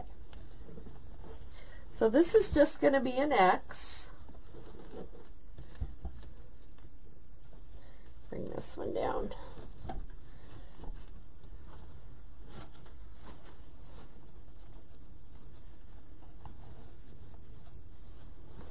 Thank you, Maxine. I enjoyed it tremendously.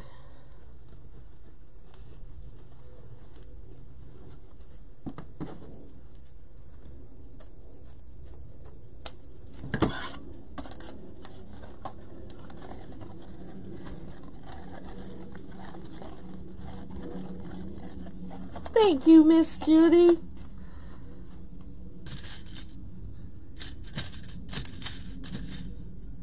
I guess that worked out pretty well too, didn't it, Judy? Because you've been on the injured reserve list recuperating, so at least it gave you a little something to do. Thank you, Karen. You guys are all just such loves.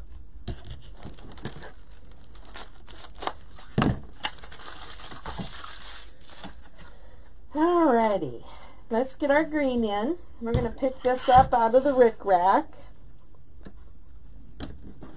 Hi, Christy White.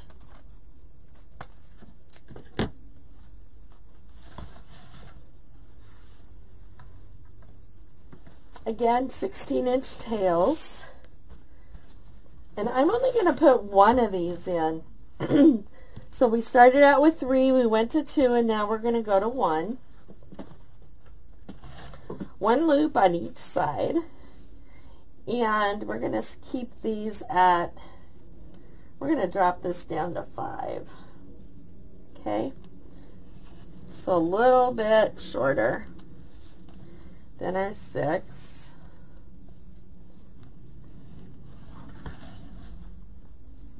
It's going to be a pretty big bow. Alrighty.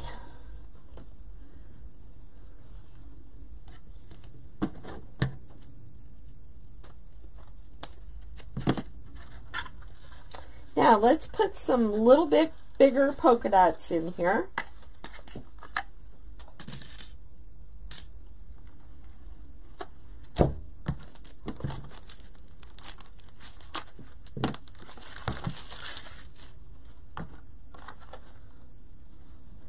But smaller ribbon. Okay, and we're going to do 2 loops on each side and a center loop.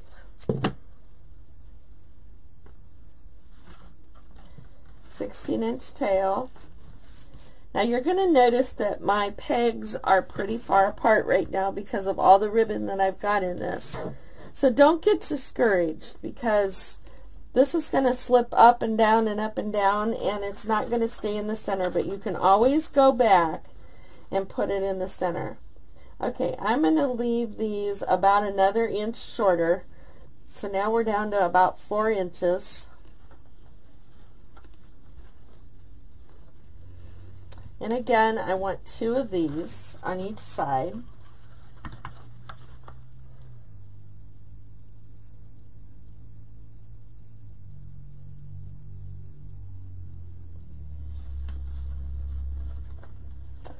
Yeah, Donna, I don't know exactly what it is that they're talking about, but I heard that too.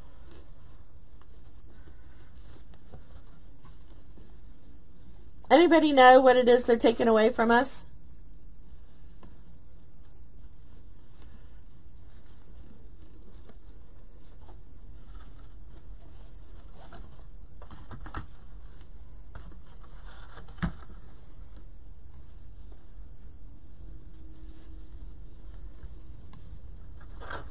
Okay, now I'm going to make my center loop.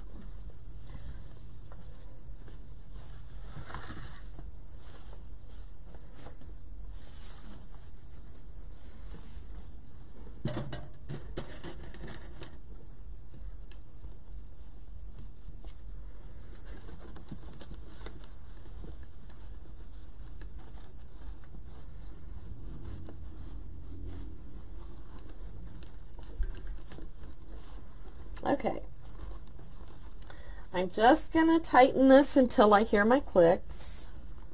And sometimes it's just, the more ribbon you have in there, the harder it is to get this all hooked up. I think I got it.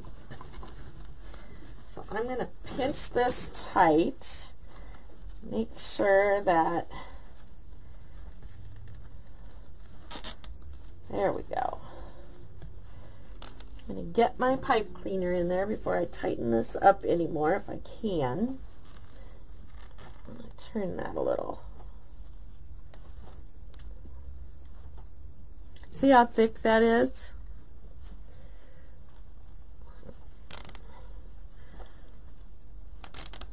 Just get it as tight as you can, because the tighter you get this, the prettier you can fluff your bow. Alright. I'm going to go ahead and clip that off. I'm going to cut my ribbon tail here.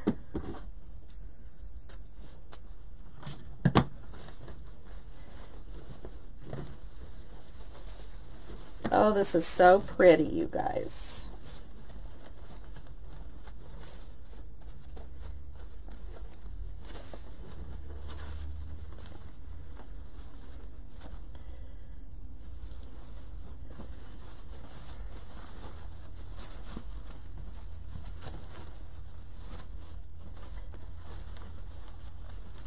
And again, I'm just trying to make sure that my bow is seen.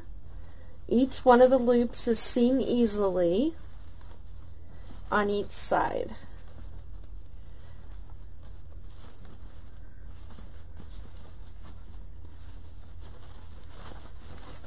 Pull all the tails right straight down. And there you have it.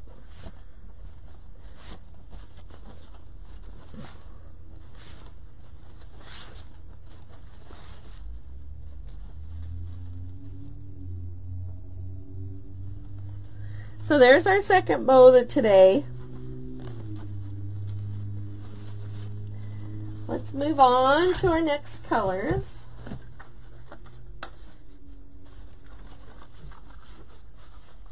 Thank you, Judy.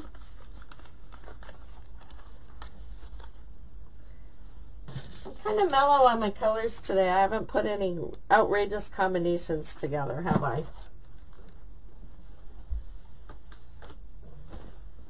Okay, let's do a simple navy blue.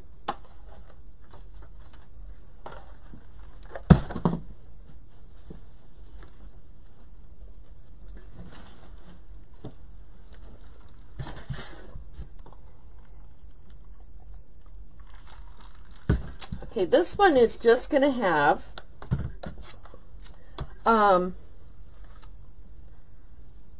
the different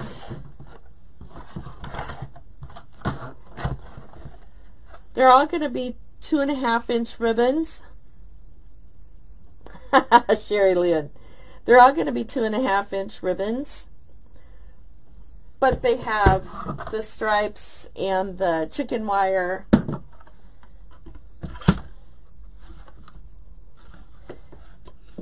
and polka dots. So we're going to go back to a 6-inch loop on each side.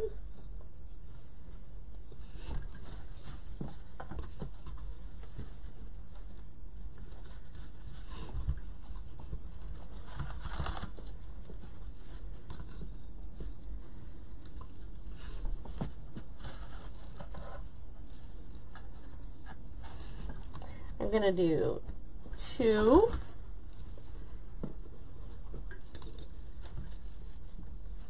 on each side. Actually, it's easier to do it the other way I did this. See how I'm kind of shaping it before I ever move on?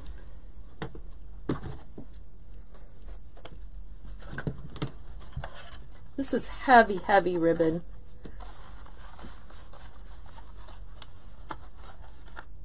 I love the looks of this. I would be willing to just put this single ribbon bow on a wreath. Okay, let's put some of the chicken wire ribbon on. And again, this is from the Wreath Shop.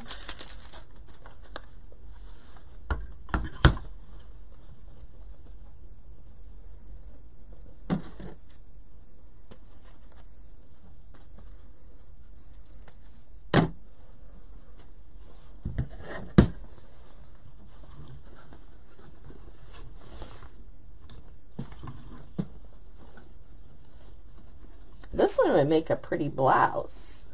I'm going to stick with 6 inches on this single one.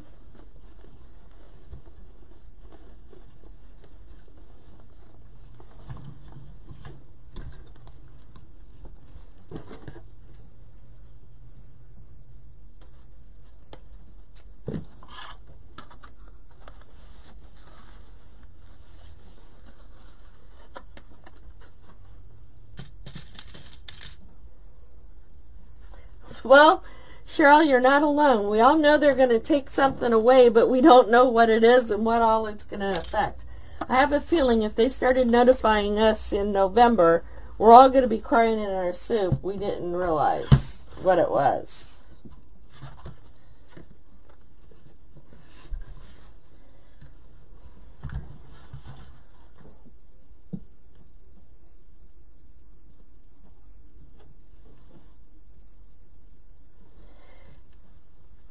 Well, if you notice in this very first one, okay, there's cream here, there's white polka dots here.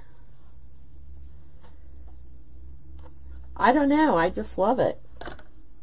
It's working. Okay, we're going to drop this down to 5 inches. Just a little bit shorter. And we're going to do 2 on this one on each side.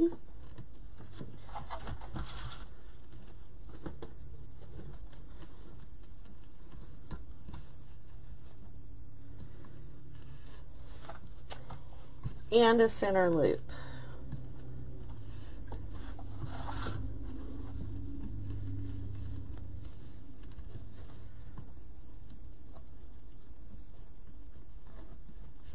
Well, I'm funny about mixing cream and white too. It's not pleasing to my eye either. However, when you're using different prints and things, it makes it easier for us that have a problem with it. I agree with you, Sherry Lynn. Okay, and again, I'm going to have both of my tails on the same side for that last one. It's a little more difficult to get your tail to switch over when you're using the 2.5-inch ribbon only, but it can be done, and you'll see. You just need to have a good quality ribbon that you're working with.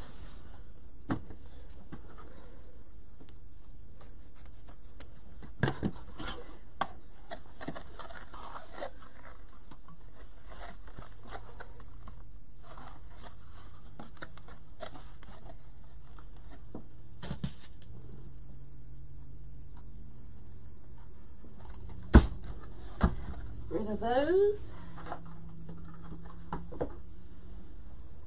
Okay, let's pull this off, keeping it pinched tight. I'm going to tighten that up a little bit.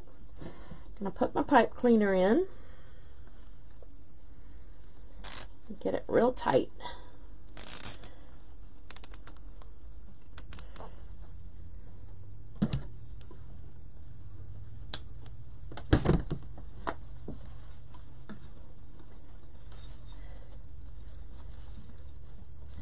This is very, very stiff ribbon, so you have to really tug hard on those.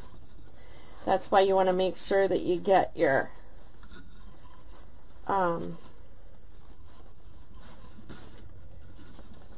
zip tie really, really tight.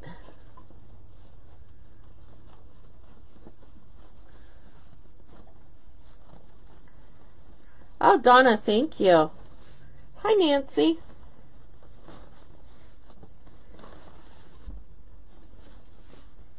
Okay.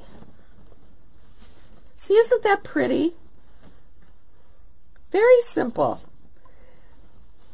This would look really pretty with some sunflowers. It'd look really pretty with the metal chicken, because we're using the chicken wire here. I put this in a country wreath. So there's our third one today, and we're going to do a couple more. We're going to change it up a little bit, and we're going to do a crazy red. So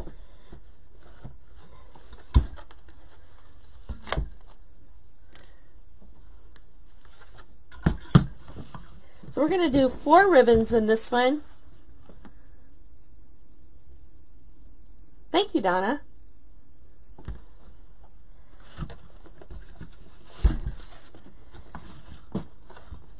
So this one is going to be 1 2.5-inch ribbon with 3 1-inch ribbons. So I'm going to start this out at 6.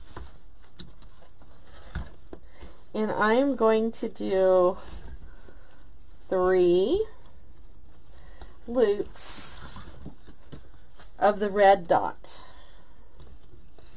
to start us off. 6 inches on each side.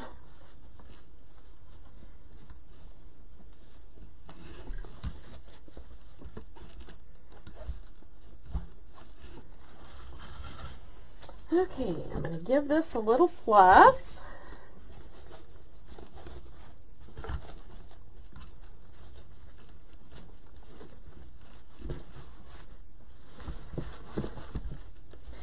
Get them where I want them.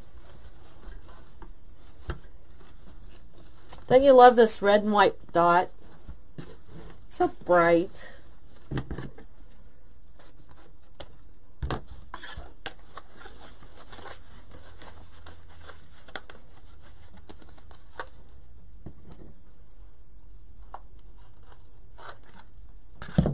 Okay, so the next thing we're going to put in is this larger plaid.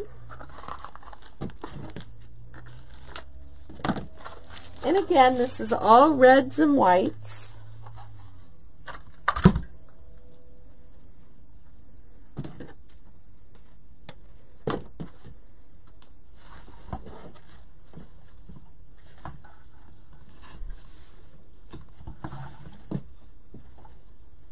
Now, I'm going to drop all of these down to 5 inches. And I'm going to do 2 on each side of these.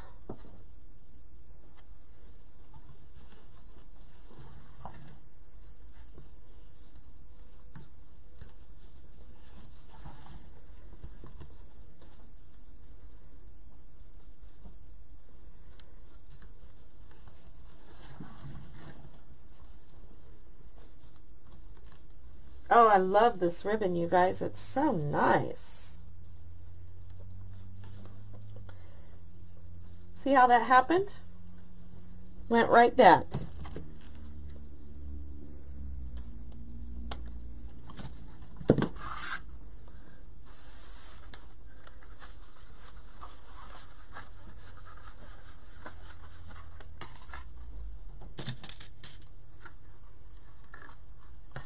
Okay, and the next one we're going to put in is going to be our solid. It's just a solid kind of a burlap with white stitching on the edge.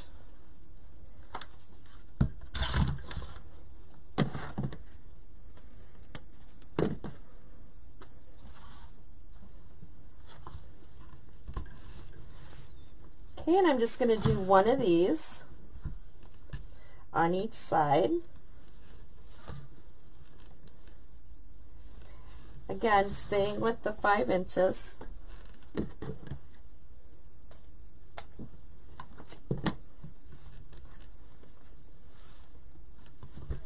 This is a nice, clean looking bow.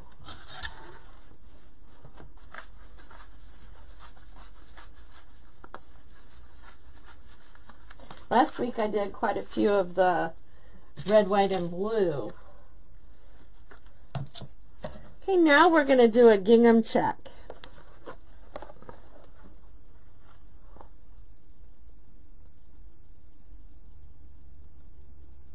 Thank you, Regina. Thanks for joining us today. I do bows every Saturday. Okay, so same thing, 16-inch tails.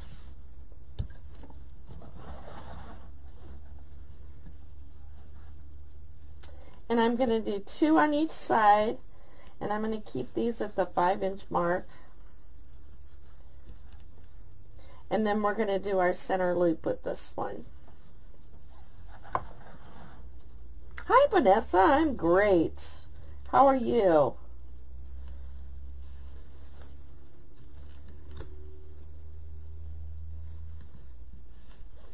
Okay, now I'm going to make my center loop.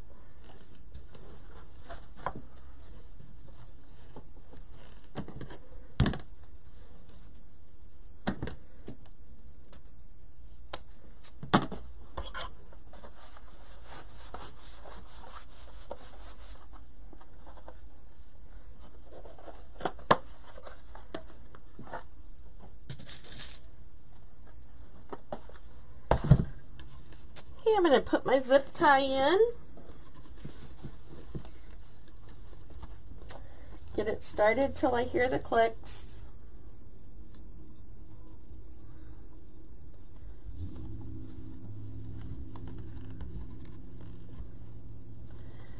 Well, I did exactly what I keep telling you guys not to do. I had my zip tie backwards.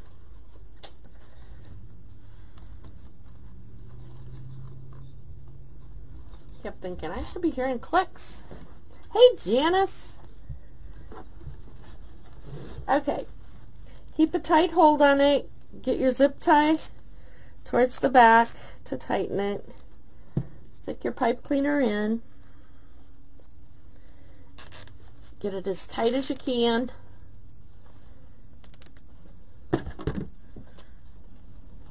Cut your zip tie off, and we're ready to fluff.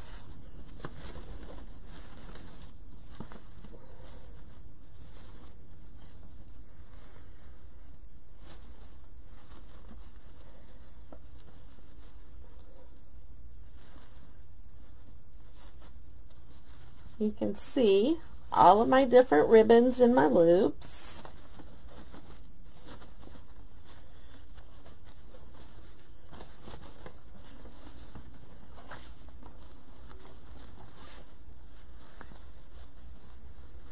So there's our red, white ribbon today. We've got 2 different plaids in there. We've got a solid, and we've got a polka dot.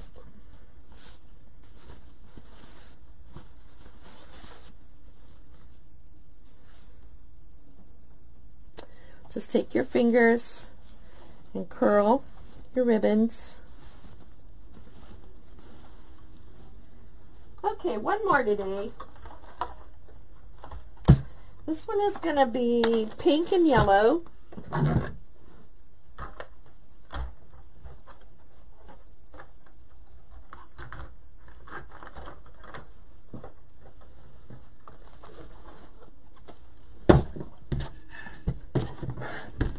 Okay, I'm going to start out with,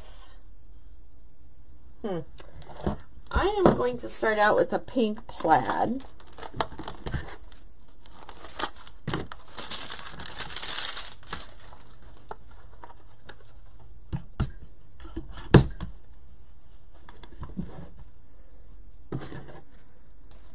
We're going to use 4 different ribbons today.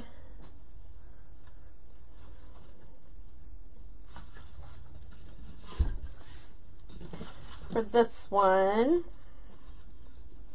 6 inches bow loops on each side.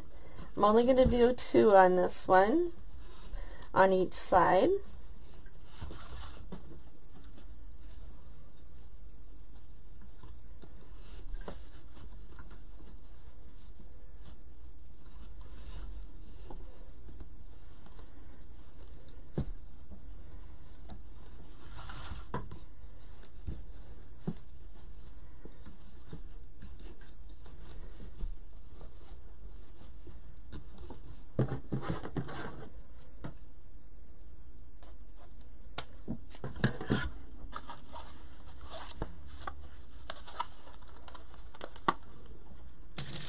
So I've got 3 different kinds of plaid on this one, plus a daisy. I hope I have more daisy ribbon.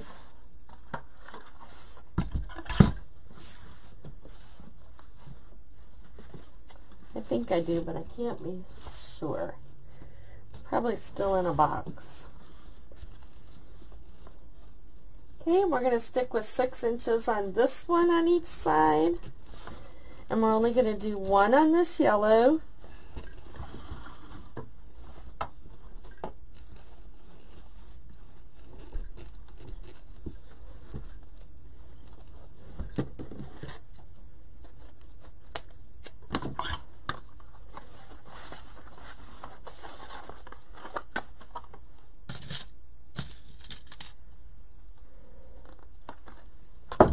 Now we're going to use our pink, and I can tell you right now I don't have enough of this one.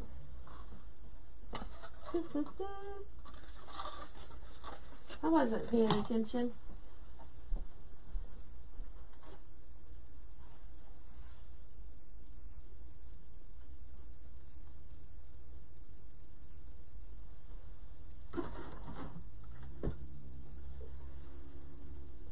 Let me see if I can find another roll of this.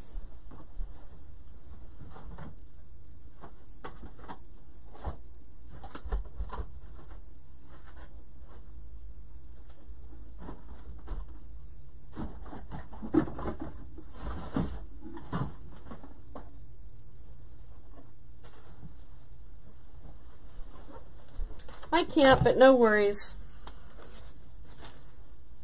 We're going to do something different. We're going to use this.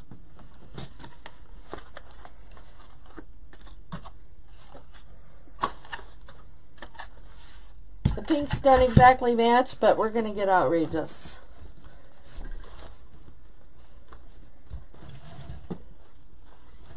I could have sworn, I know I have another roll of that because I keep that much.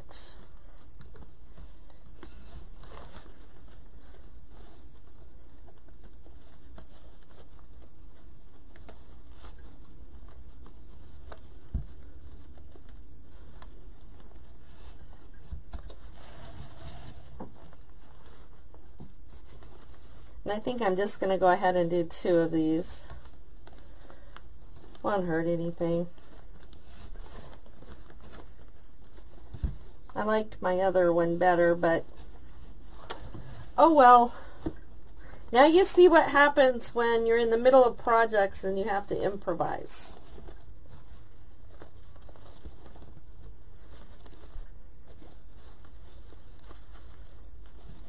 So even though this is hot pink, but I have bubbles in here with the light pink on that plaid, so it works out.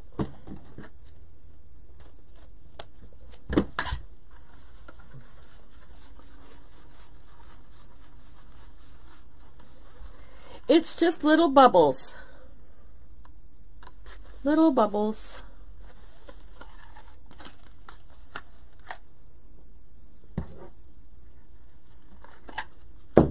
Okay, so let's put this back in there.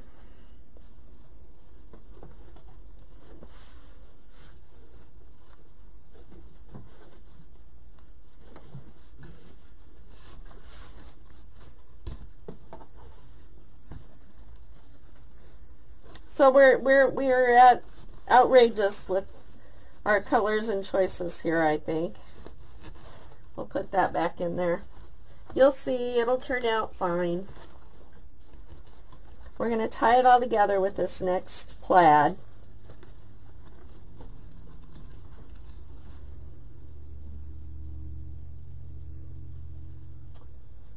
I'm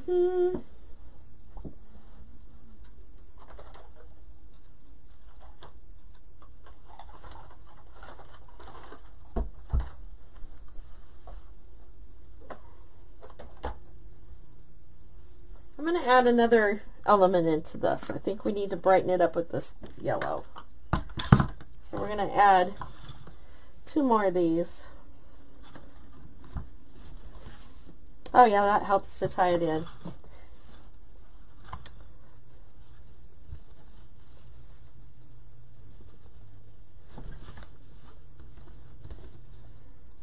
We had 1, so now we're going to do 2. Losing my peg.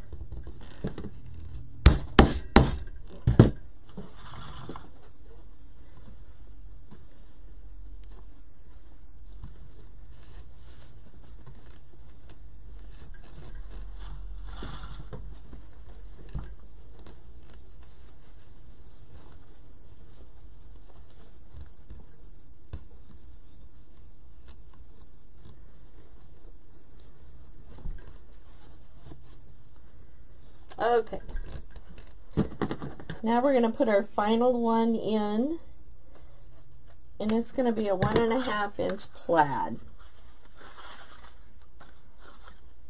Boy, this is bright.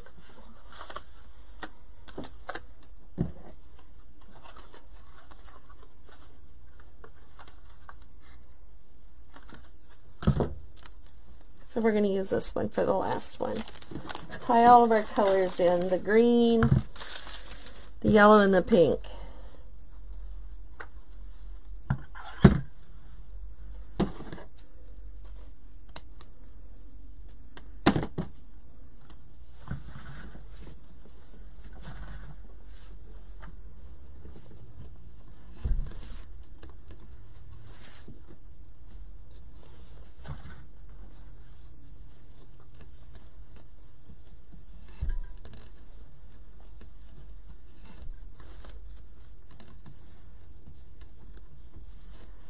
And we're going to do just one of these on each side in our center bow, or our center loop.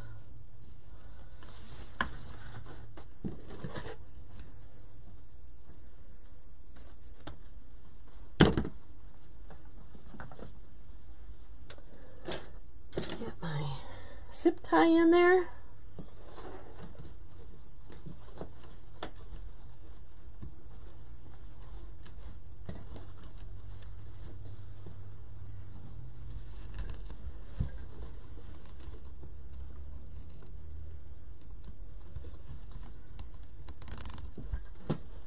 Get it started.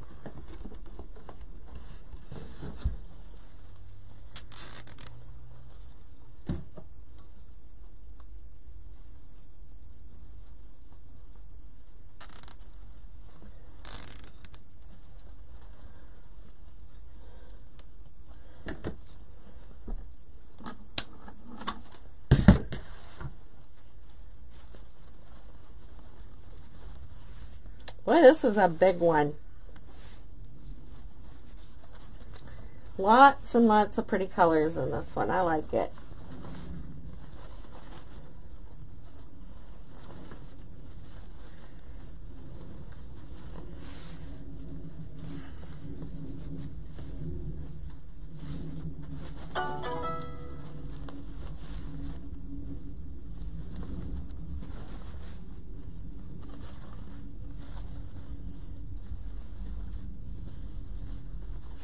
Okay, there's our final bow of the day.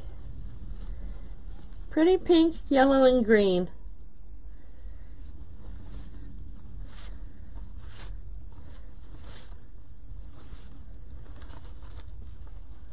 So I hope you enjoyed the day with the ribbons and the bows, and you have a little more understanding of how to tie them all together. All the different patterns with the color combinations.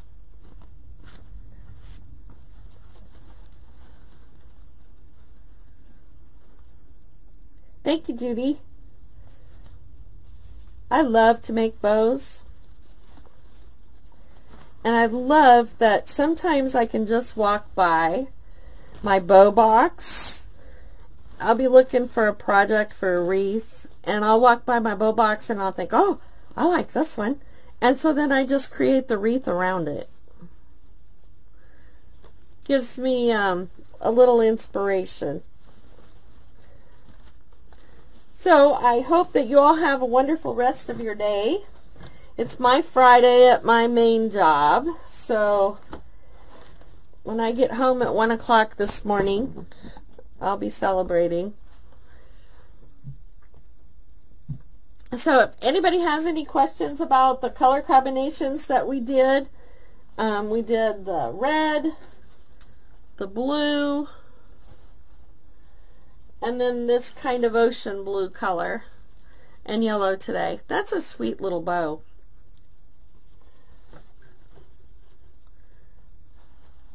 Thank you, Judy. You guys all have a wonderful rest of your evening, and I'll see you tomorrow. Let's see, tomorrow is Sunday and I'm off. I don't remember what time I scheduled the live for tomorrow, but I know I have a family commitment tomorrow, so I'll see y'all tomorrow. And go get your daily entry into the contest. If you haven't already, check out my pin post for Higgy Ann's Design Studio, where I go in more in-depth on how to teach you how to do floral arrangements. So check it all out, you guys. Be sure and sign up for the contest. It ends at midnight tonight. So I'll be drawing the winner out on Monday. So good luck, everybody. God bless you all. Bye.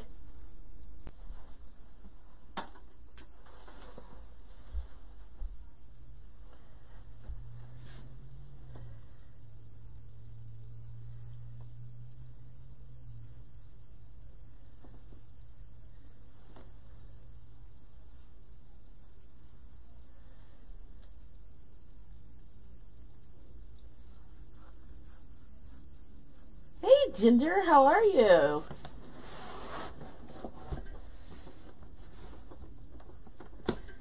Okay, so I've had this box for 2 days, and I went in, hi Tammy, I said I am not opening this box till I have time to do it on a live. So I'm going to do it today. This is my very first FabFit box, so I'm going to tell you what I think of it before I do any recommendations. So let me cut this open and let's see what we got. I had a friend who is absolutely thrilled. She's absolutely giddy every time her box comes. So, let's see what we get. Oh, we have a magazine. Oh, Venus Williams. Isn't she just a beauty? Love her. So anyway, I guess it's talking about some of the things in my box. Okay. We get a $50 gift card for HelloFresh. Oh, you guys, this looks fun. Oh, we have a water bottle. Oh, that'll be great for hubby. He drinks a lot of water, like he's supposed to. Purifying face cleanser. Hi, Aurelia. Hi, Regina.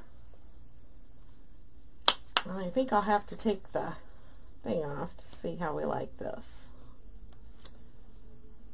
Oh, you guys, this smells heavenly. Tula Probiotic Skincare. Wow, that smells fabulous. I'm going to like that. And this is a leave-in conditioner for your hair. Okay, I could use that. Hope it smells good.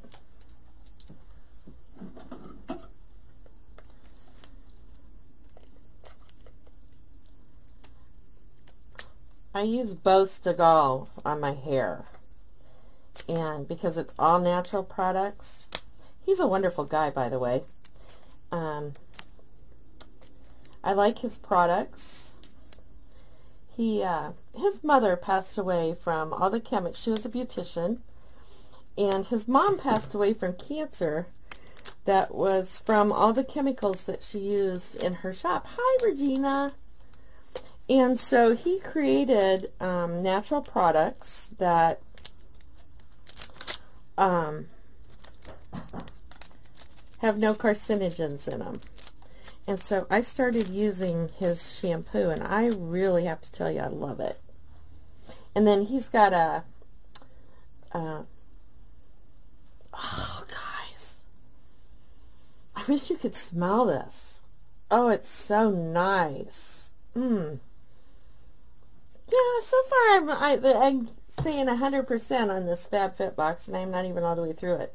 Oh, that smells so good. Leave-in conditioner for your hair. Let's see what else we got. This is mandarin orange and bergamot body lotion. You guys lotion people? I am. That smells rather lovely.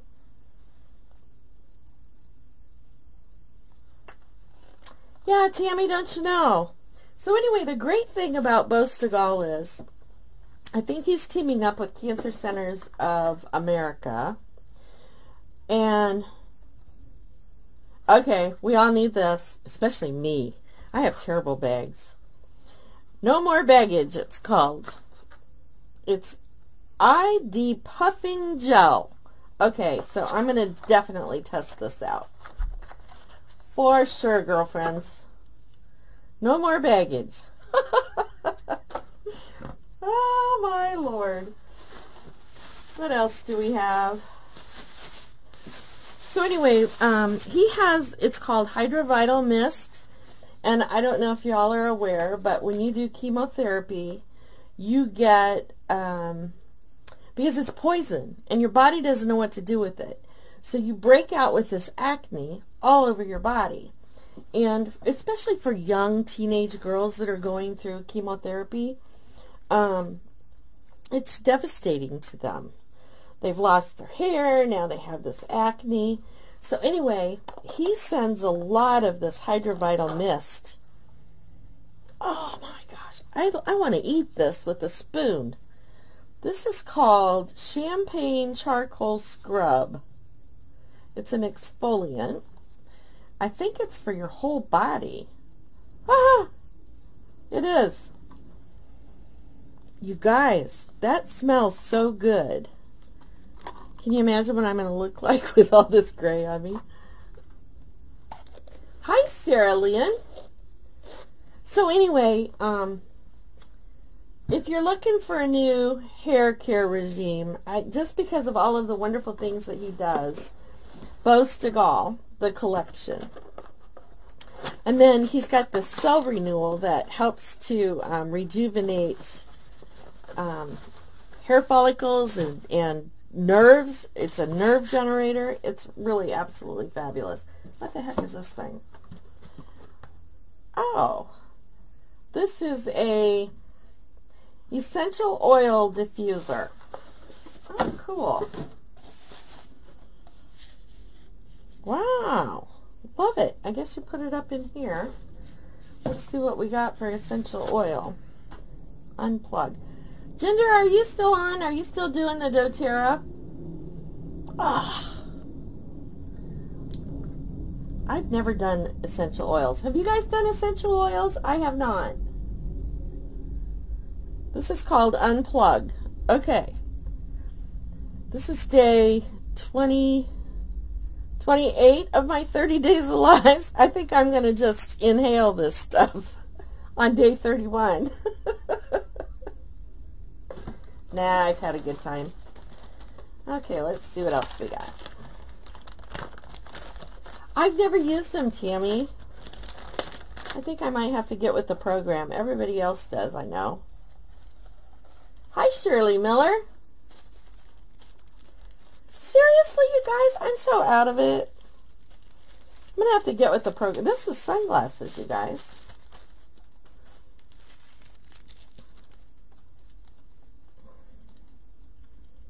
You know, I have worn glasses since I was 5, I think. 5 or 6. And my vision got so bad that I wasn't able to correct to 20/20 with glasses. So I decided that I would do LASIK. And I did it, and it was $5,000. And then I got cataracts. And it undid all the LASIK. So now I have my first eye done, and they botched it. I couldn't see distance anymore. And so the second eye, this is how the Lord just is so up in my life. So they botched the first one, and I'm just beside myself. And they said after you have cataract surgery, you have to have the readers and all of that. So lo and behold, I don't wear anything, and I see just fine. One eye sees distance, and one eye sees up close. So I don't need anything, any glasses. God is just so good. So let's see. And one of the most exciting things about that was I always wore glasses my whole life. They were always really expensive. And I was $2,200 in one eye and $2,400 in the other eye. So blind and double blind. So, and they were thick. So I always had to buy the real expensive lenses to try and get them down to this thick. And so anyway, the most exciting thing to me was to go buy a pair of sunglasses off the shelf. No, I don't know about these. Those are kind of big. So anyway, overall, I think this is a great box. I think that, I think I'll continue with this. Like I said, I'd like to eat this with a spoon. It smells so good. So I'll let you know. I'll try all these products out, and I'll be letting you know. So far, yes, I think it's worth it. This is the spring box.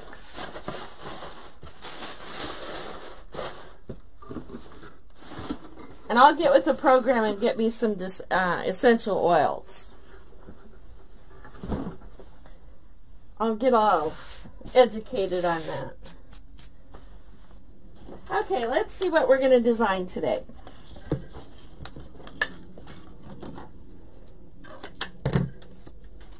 We're going to use this planner. This is from Michaels. Hi, Kieran. So we're going to use a yellow planner, and we're going to put some pinks and yellows in.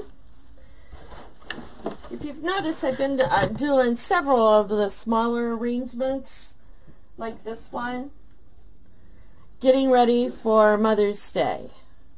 So, and you remember the little chair that I did?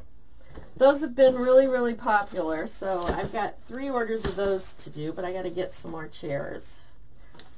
So let's get our larger items in. We're not going to put a lot in this one, but some. Let's see. Don't you love these? It's just a pale cream color with the pink centers. So, yeah, I think that's about the right height.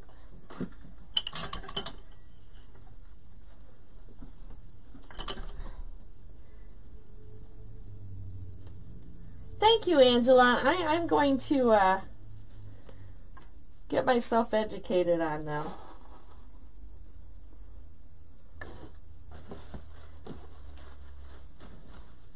I need some pick-me-ups, let me tell you.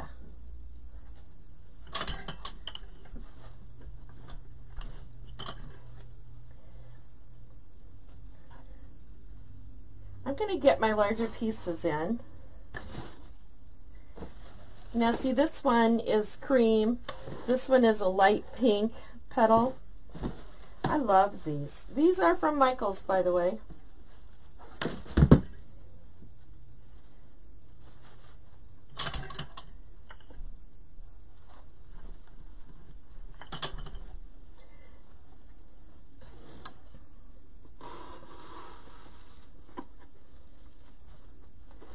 I like to make them just wind around. I don't want them to be too far over the edge. Put over. I think I'm going to put 5 of these in.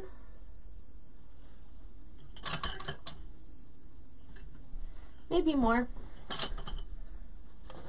We'll see.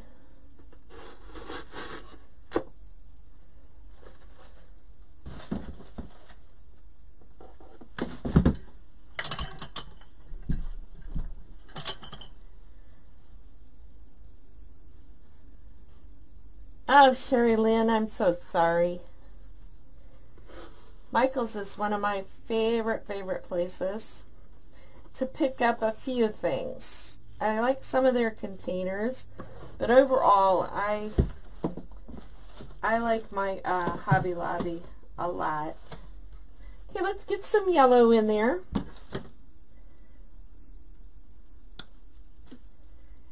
And I'm going to do some hydrangeas around the bottom.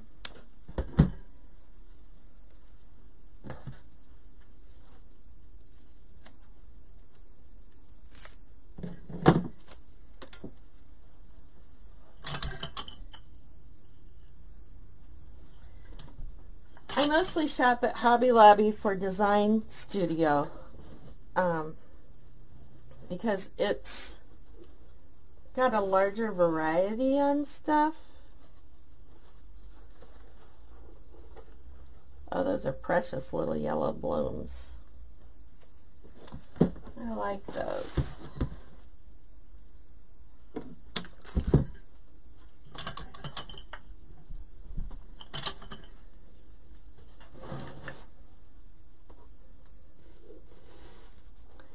And I really like the way these leaves do. Those are pretty.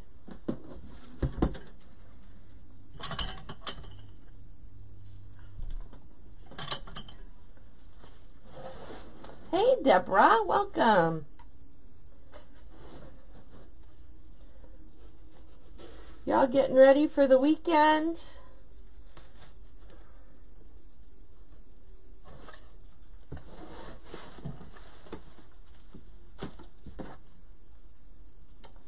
I have to work tomorrow.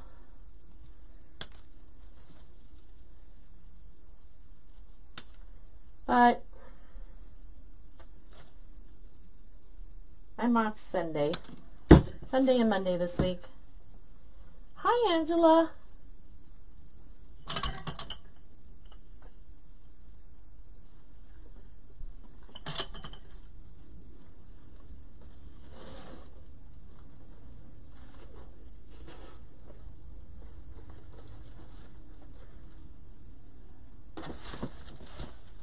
I want to get some of these white, I don't even know what to call this stuff, status, I guess. I'll put a few of these in just to break it up a little.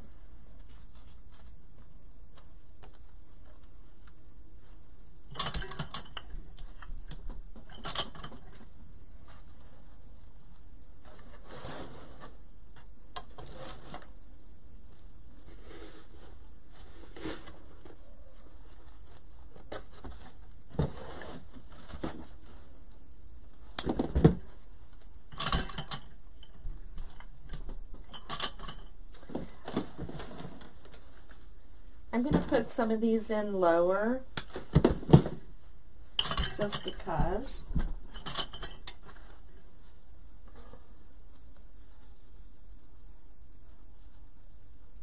Wow, Sarah, you're lucky. Hi, Alice.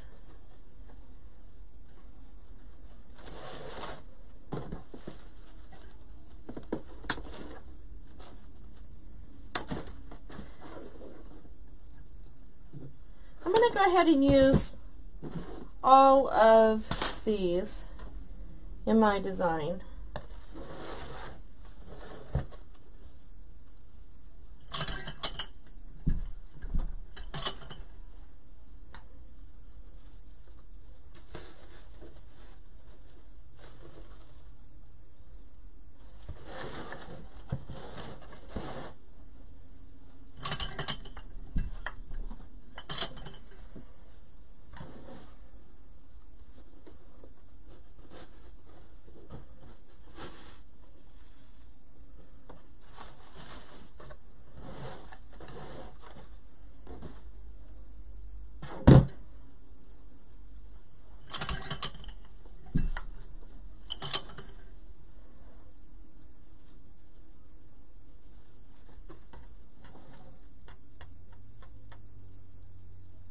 Oh, you have Joann's too? See, Joann's is quite far for me, but I like shopping there. You can get some good deals on Joann's stuff. Okay, I've got it pretty framed out here. We're the same amount over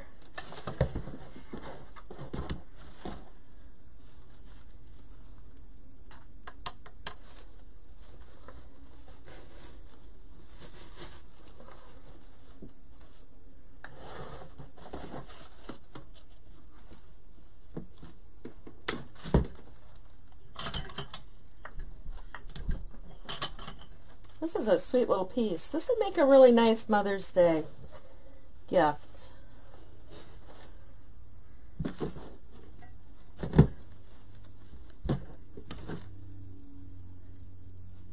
Hi, Judy. How are you feeling today?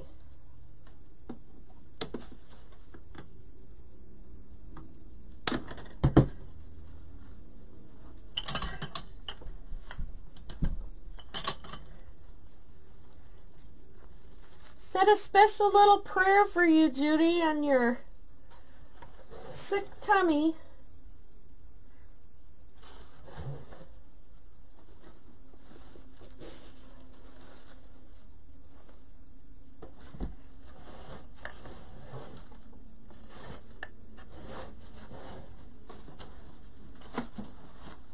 You know, I'm going to really lighten it up a lot. I'm going to put some of these,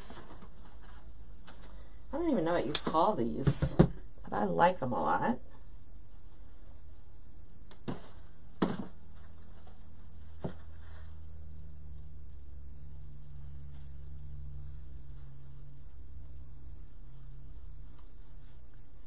No, Sheila, they never usually do.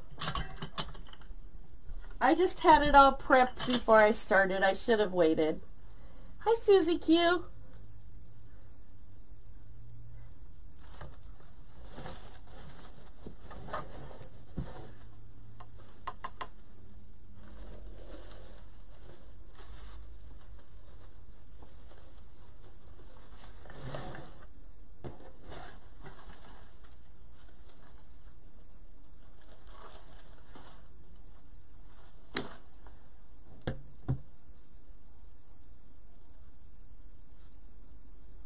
Good, Judy.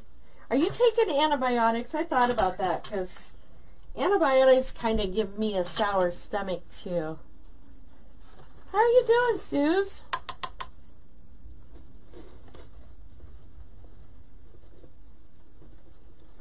Did you enjoy your time with your mom?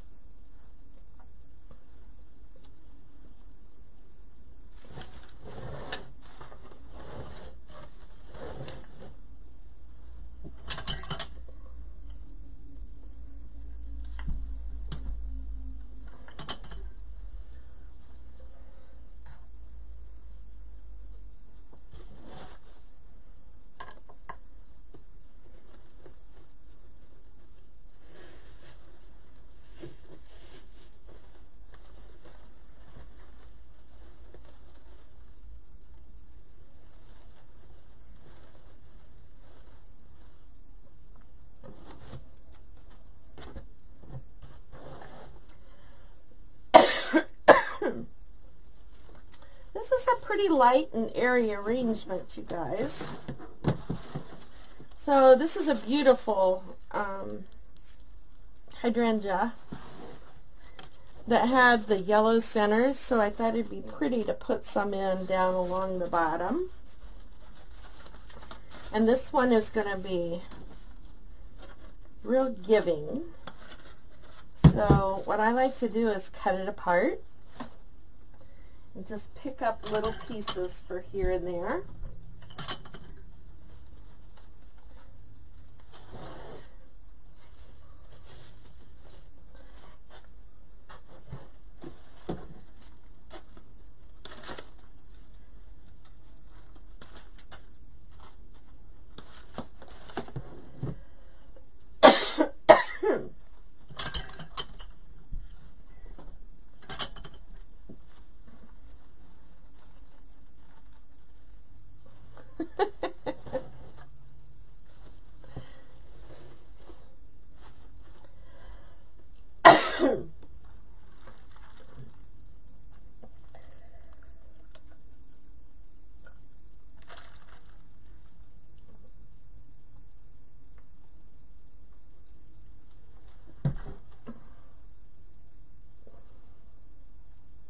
Oh, Sheila, thank you. That always makes a gal feel good when she's tired, and that is so kind of you to say.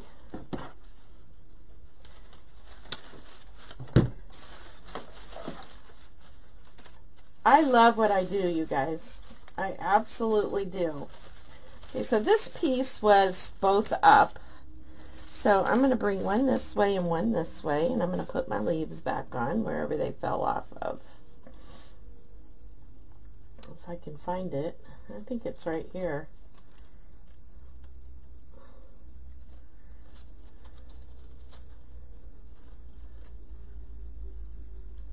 Yep. So I'm just going to put a pick on that, and I'm going to put that in.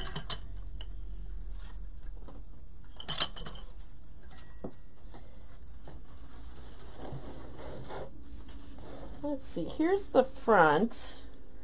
So I think what I'll do is just frame this right down in here. Just like that. So I can still see the flowers here. And then I have one long piece in this that I'm going to put a pick on. And I want this one to be coming up out of my arrangement. And I left this space right here on purpose. See that hole there? It's for this. Whatever I put down low, I try to put up high.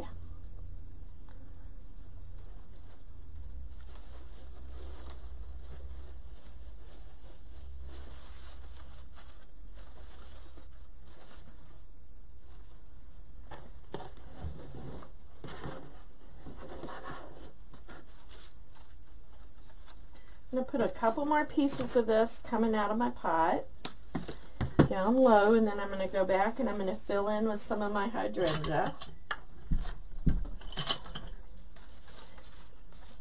And again, this one's got a fork in it, so I'm going to just kind of get it in there.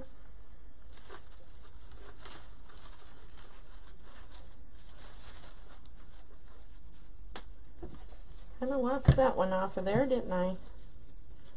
I love using these philodendrons. They get kind of finicky. Just have to pop it back on.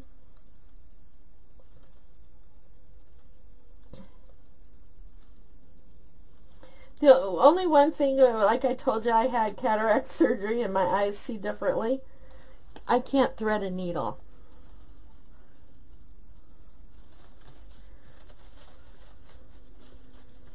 Can't do it.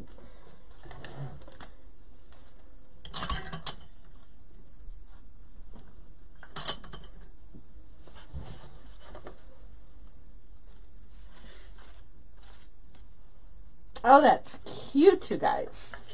I want to get a good piece of this to go in front.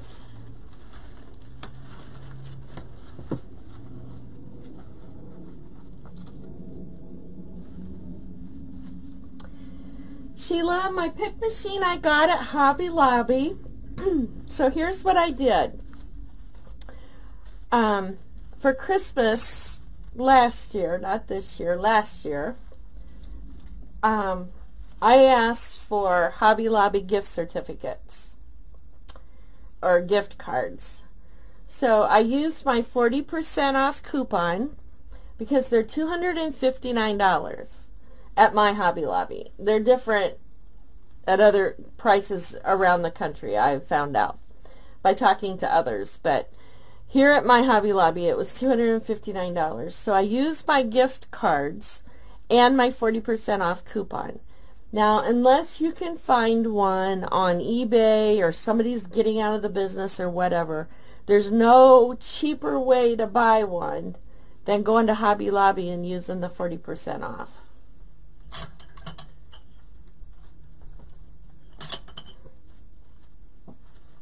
And that's what it's called, is a steel pick machine. And this is the name of it, Steel Picks. And I use the 2.5-inch picks. Now you've got choices on that too. This is just what Hobby Lobby stocks, but you can buy these on Amazon if you want to. If you have Prime, and you can get free shipping.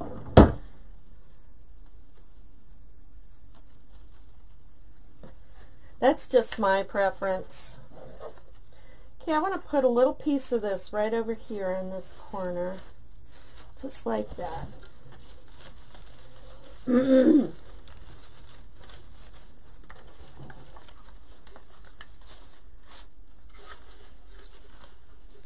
I need another couple of pieces back here and another vine of stuff.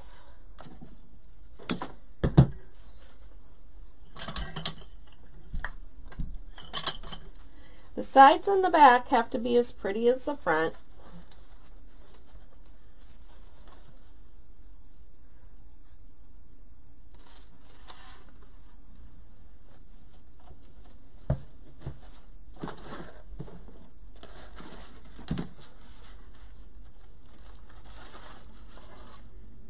Let me see.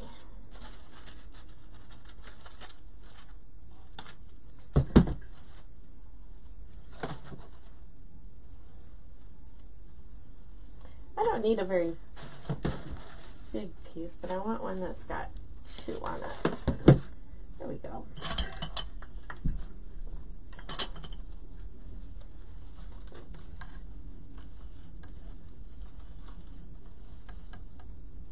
You too, Sue. Say hi to Terry.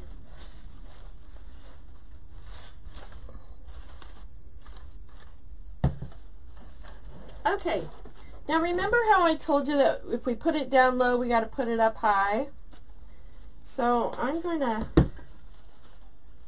work on putting together a few pieces of this on a stem. First thing I'm going to do is get a few of these together, and I'm only going to put one in, and I'm going to put it right here behind that one. So I'm going to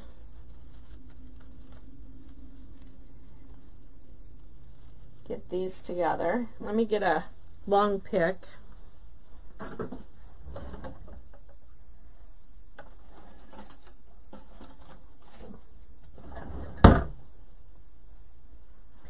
The only downside to the pick machine, I can tell you, is,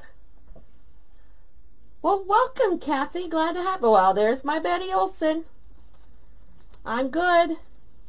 So the only downside to the pick machine is when you get a stem that's really thick and you want to put several of them together, it won't do it. So you always have to wrap them up and tape them. Get my floral tape.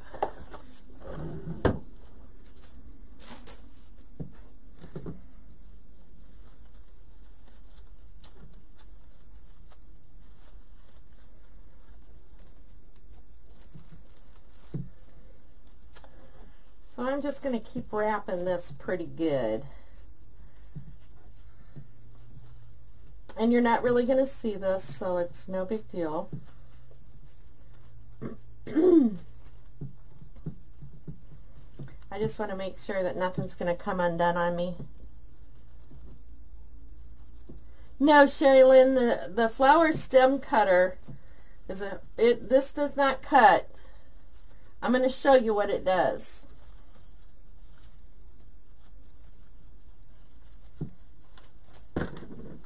You buy these picks. This is what they look like. They come, you don't want to take this plastic wrap off until you get it in your machine. Okay, so see this side is concave a little bit. Can you see that? It dips down. That's how you put it in, because you're laying your stem in the middle of this. And then the machine comes up and it wraps these prongs around your stem. So this end is very jagged, so it stays in your foam better. Now that I've done that, I'm going to show you what it looks like when I get it picked. Let me see if I can zoom this over here.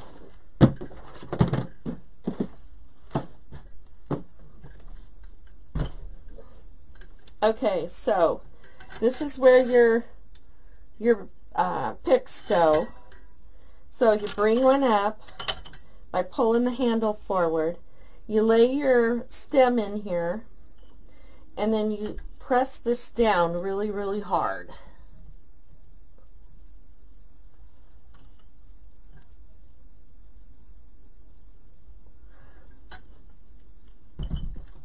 So this is what it does.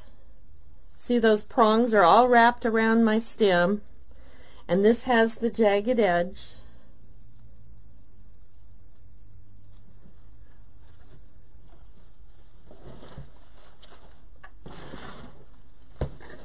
Okay, so I want to put this in up here because we have it all the way around the bottom. I'm not going to put a lot in. I'm just going to put this one in.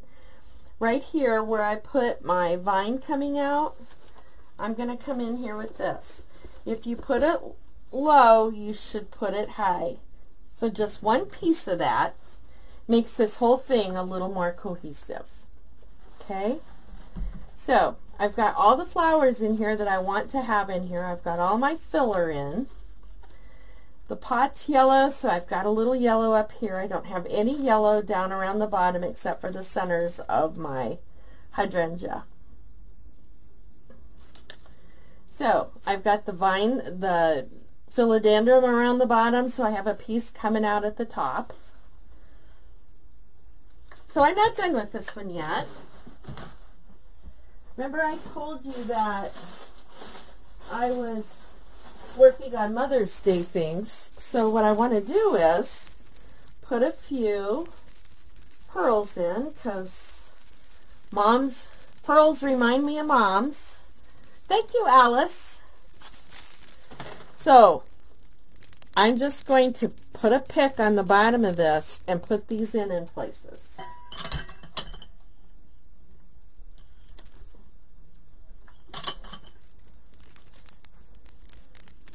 And you can buy these at Michael's in the bridal area, over by on the back side of the flowers. They have all the creams and whites.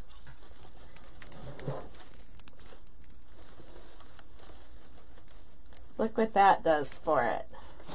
That says Mom.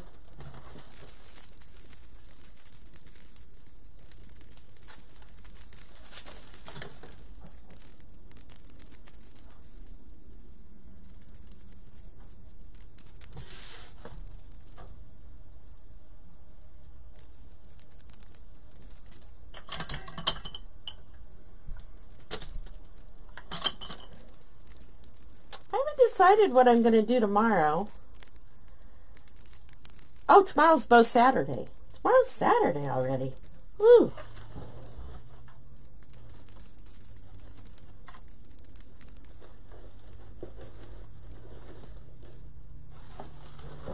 Yeah, I want to to get one more, but I want it to be taller.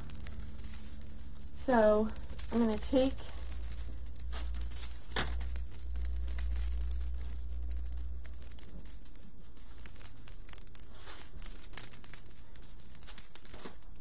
I want this to be really, really tall in the center, so naturally I pulled the whole stem off.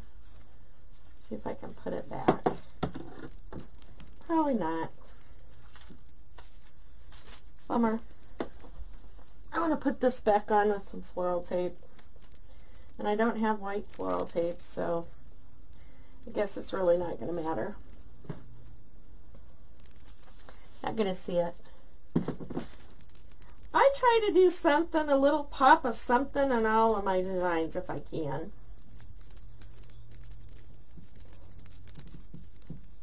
A little something different.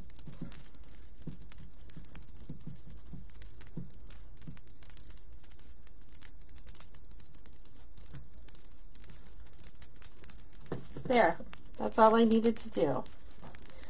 And this is a real stiff stem, so I won't have to worry about it. Just going to give them a little spread.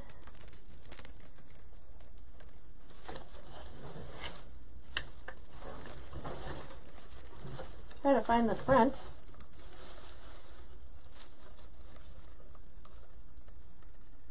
I want this to be cut off shorter, a little bit shorter. Don't need it that long. There we go. Put some more glue on that, put that back. There.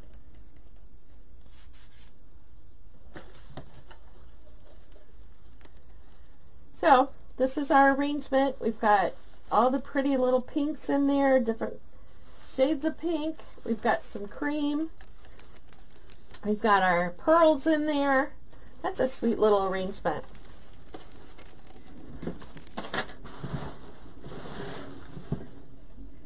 This is what we did in Design Studio this last week.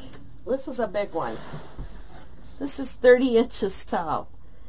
But I have all kinds of different things in here. We've got some little gnarly pods and feathers. We've got feathers in here.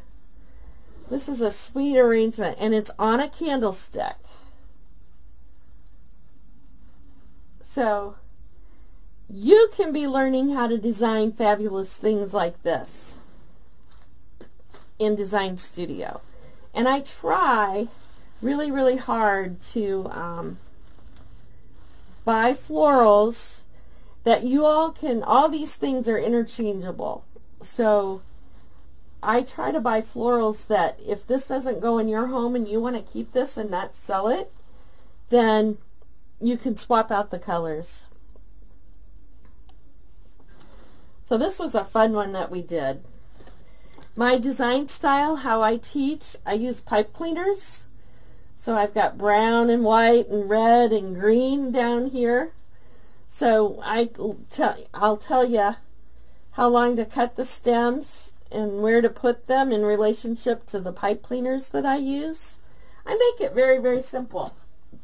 So if you're interested in learning floral design, on my page is a pin post for Higgy Ann's Floral Design Studio. It'll take you there to get signed up. It's $19.95 a month, and we do 3 designs with the supply lists. I shop at Hobby Lobby, Michael's, Joann's, Walmart sometimes. I have a couple ladies in there that live far away, so I always try to help you do that. So anyway, we'd love to have you in there. I've got to go to work today. Thank you, Betty. So I'll let y'all know how my FabFit Fun Box, how I like all the products that were in there. And go sign up for the contest if you haven't already. We're down to a day and a half left on the contest. I'm giving away a wreath of your choice out of my Etsy shop or a box of ribbon. The first winner will get a pick, but I am giving two things away, the ribbon box and the wreath. So go get signed up for that. Share the contest. Get your daily entries in there. So I love you all. I hope everybody has a wonderful weekend, and I'll see you all tomorrow at noon for Bow Saturday. Bye, guys.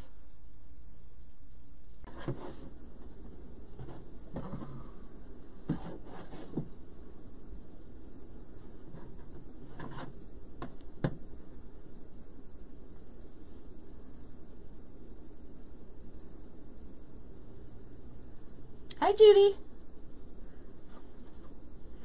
So this is a wall pocket that I did for my mom, several years ago, and she gave it back because she doesn't have room for it where she's at now. So I'm going to redo this for me, and I'm going to use some of the same flowers that I had in it for my mom, which was some, I don't know what you call these, but they're this purple and green. So hi Kathy, or Karen, I'm sorry. And so I'm going to use these. And she's got some cherry blossoms left over from it that kind of has the same. And some of these were in there. And just some white, I think this is called sedum. So, and then I'm going to add some more of my things to it. So, I'm going to go ahead and start putting these in. And this is kind of a tall one. Everybody have a good day today.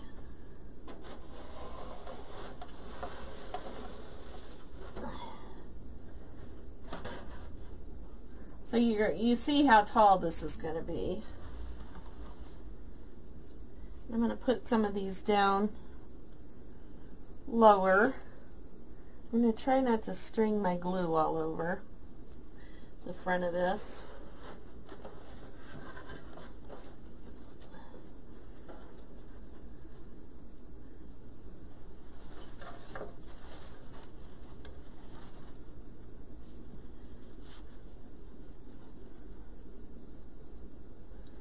I got my fan going on in here because, oh my goodness, it got warm today.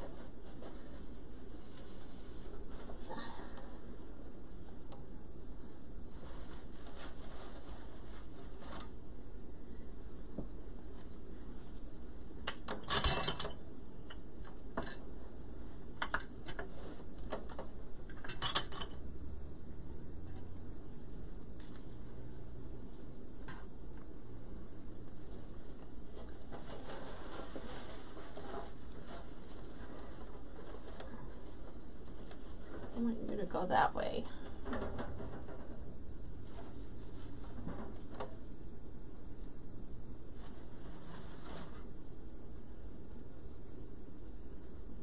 This is so tall, you guys. Hi, Mary Jane. Welcome. Hi, Vanessa. Hi, Donna Sue. Hi, Norma. How is everybody tonight?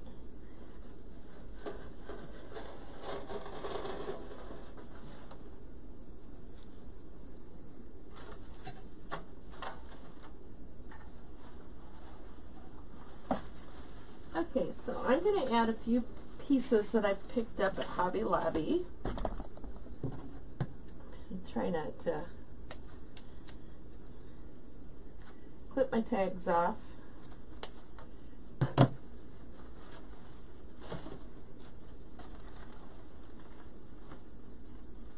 Alabama and Georgia. Well, I'm in Iowa. We had such a beautiful day today. I've had the house open and getting that old stale winter feeling out of the house.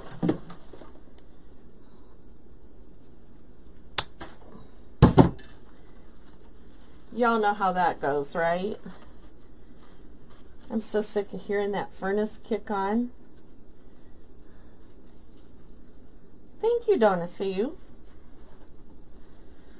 This was my mother's, and she gave it back.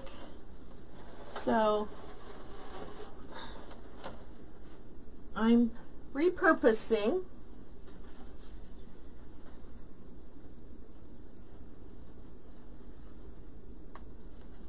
We used to have this little wall curio that we got at, it was a home interior wall courier, and it was really expensive back in the day, and we called it Old Ugly. It was kind of a wicker thing, and my mom and my sister and I passed that thing around for 25 years. When one of us would redecorate or something, we would say, oh, I know what would look really good right here. So whoever had it would bring it and donate it back. It was funny. We got to be pretty good about passing that darn thing around, I'll tell you.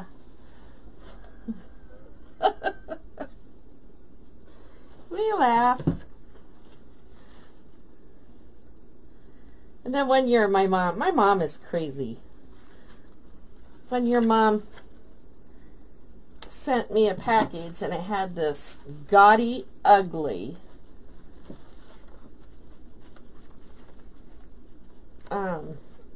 Christmas pick on it.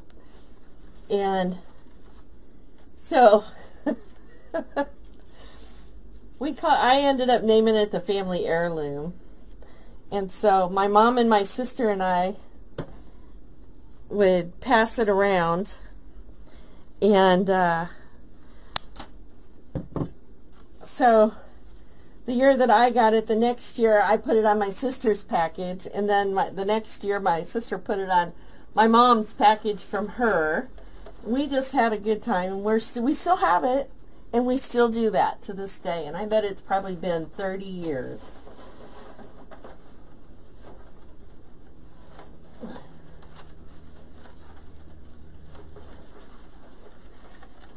Do you guys do stuff like that in your family? Just get crazy?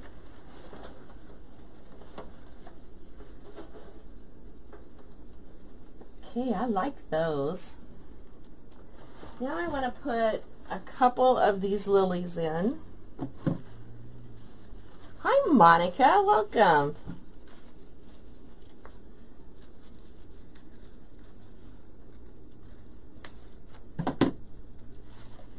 Well, we've always lived apart from each other, and so, you know, we just had to make the best of it.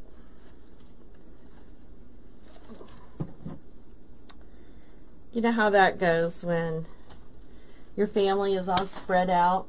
Hi, Vanessa.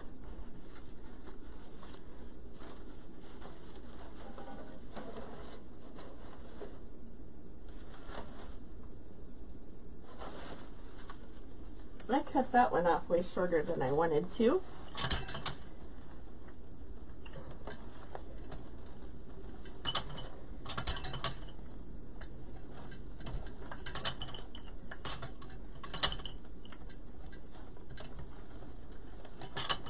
No fear.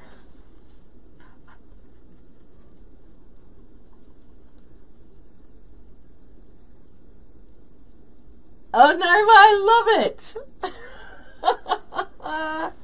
A coconut. I love that.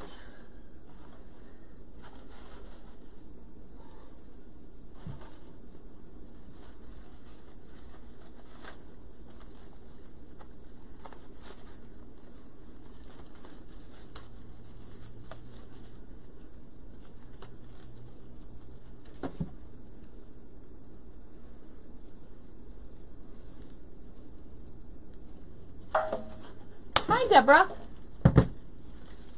Hi, Janice. Oh, I'm so tickled to see you guys.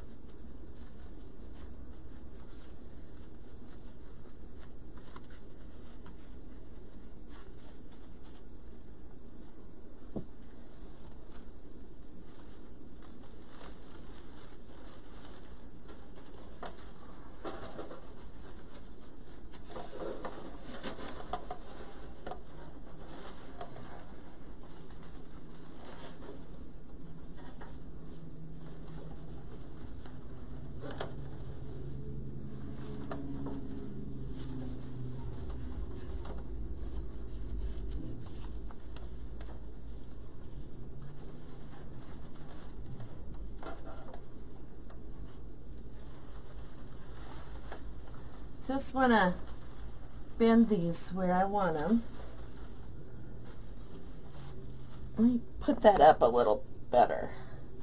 You can see it a little better. There you go.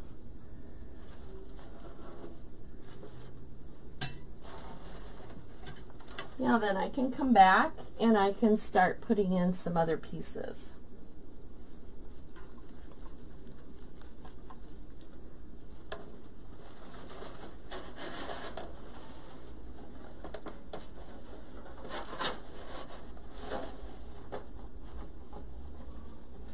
I can't feel.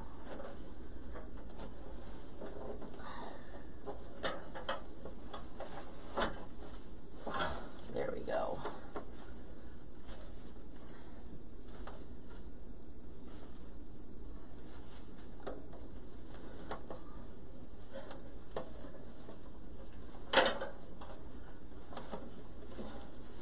I don't know. I think I might want that one to be a little bit shorter.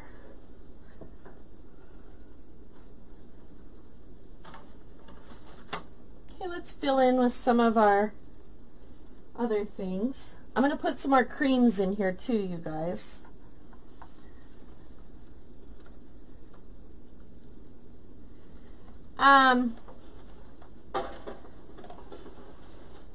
These flowers I got in Tampa at, oh, what is it called? Van's Baskets. And that's where this came from. And these flowers and the lilies came from Hobby Lobby. Hi, Teresa. Glad you made it.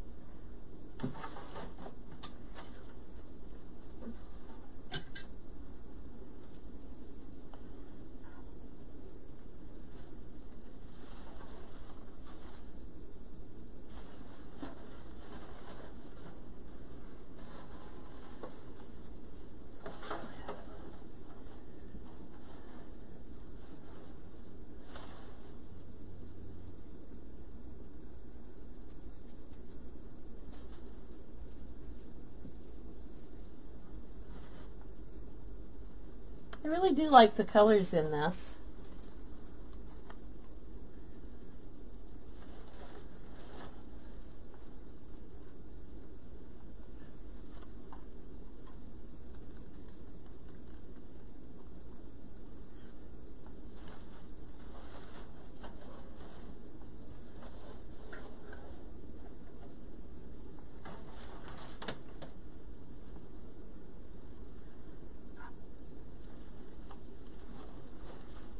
Well, I did it. I glue all over the front.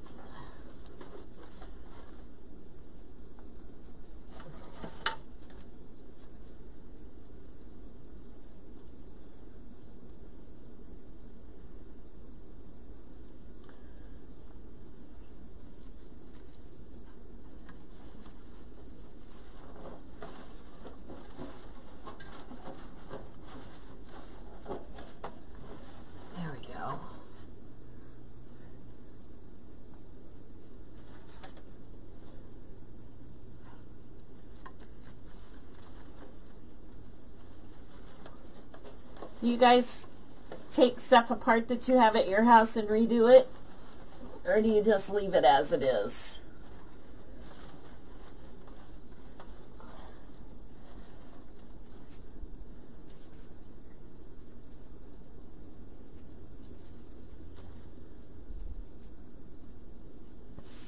Oh, do I ever have glue all over me?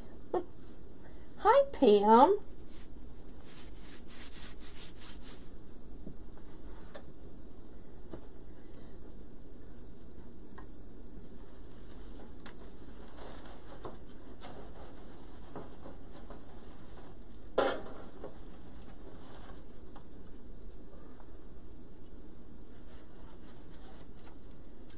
I'm going to put some eucalyptus in this too.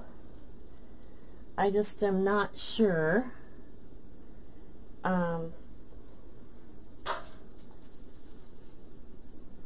which color I'm going to use, whether I'm going to use the green or I've got some purple.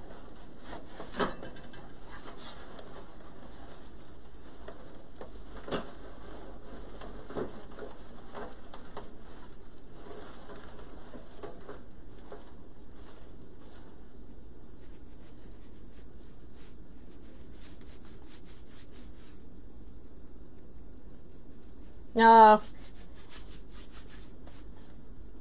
you know, this stuff isn't cheap to buy, so, you know, if you like the basic parts of something, it's always good to take it apart and redo it. I'm going to put one piece of this in, and I'm going to kind of see if I can get it cut apart.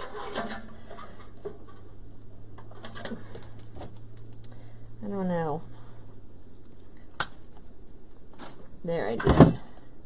Okay, I'm just going to put this in, and I'm going to bend this around the way I want to. I'd take it apart, but then everything's going to be too short for what I want.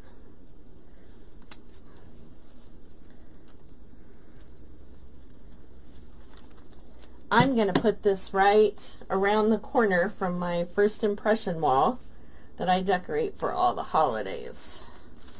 Y'all know what I'm talking about, right? I think that I can shove that down in really pretty far. We'll see. We're going to hope that I can. I might have to just take it out and do without it if I can't. Go, buddy, go. There we go.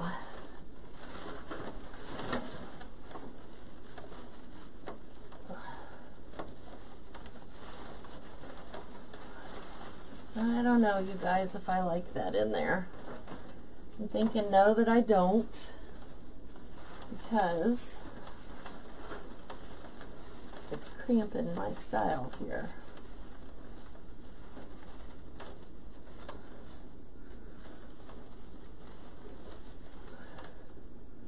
Well, maybe I like it. I'm just going to put that one in.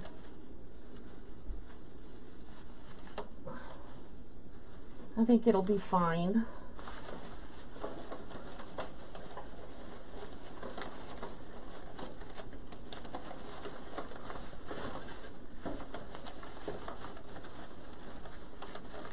Oh, so this is a beautiful thing. You know how I like low, medium, and high on things? I did it. And I know it's off to one side, so I'm going to take and pick out the top part of this, I think.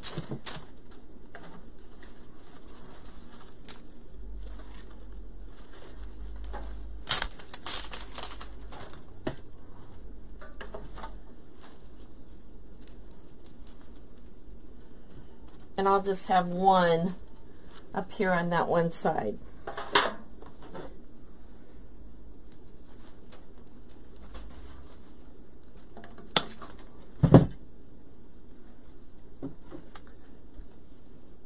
Hi, Karen.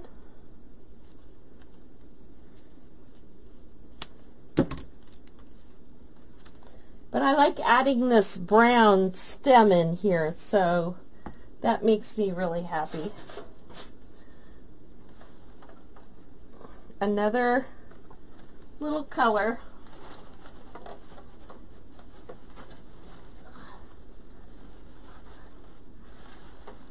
Oh, that nestled in there just nice. Okay. So,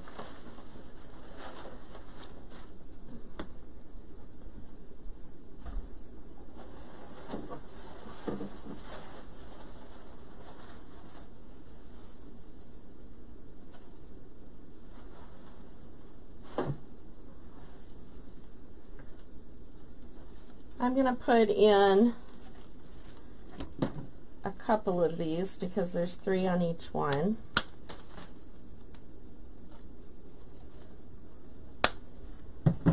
Hi, Melissa and Lynn.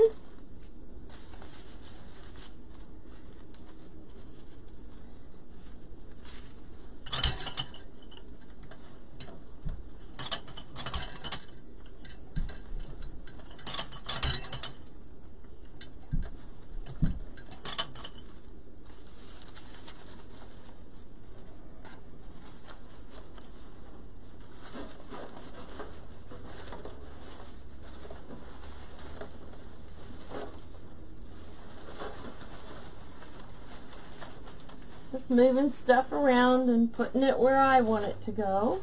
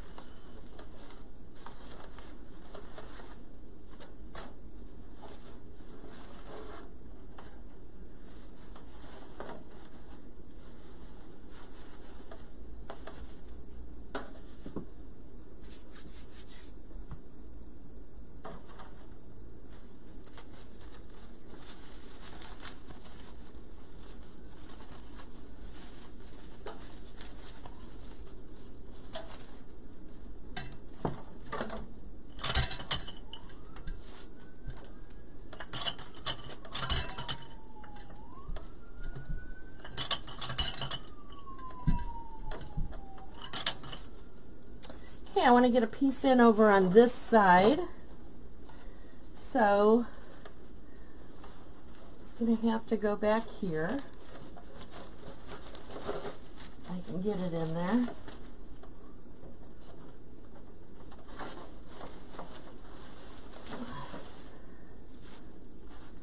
That's perfect. Okay. Now then,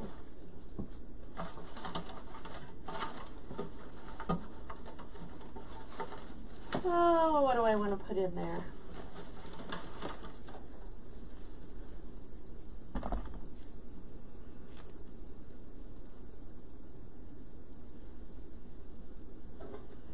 This is a Hobby Lobby item, and it kind of reminds you of feathers, but it isn't. I like using unique things.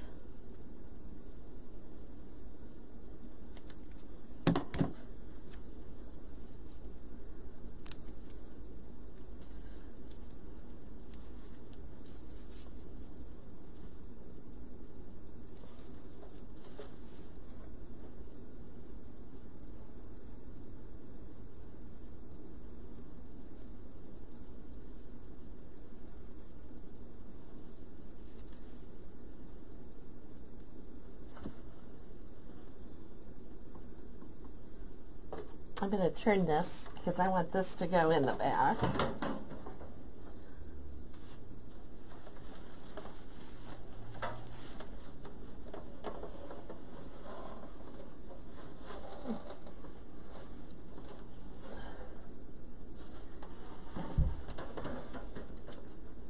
I like that there.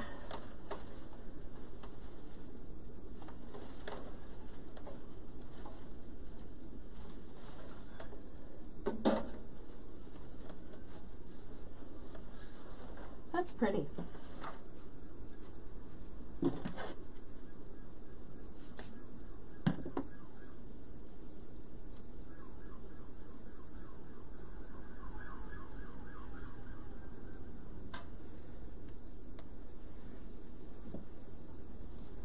Okay, I can get 2 pieces out of this.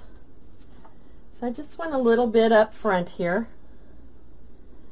So I'm only going to put 1 in up front. 1 small piece.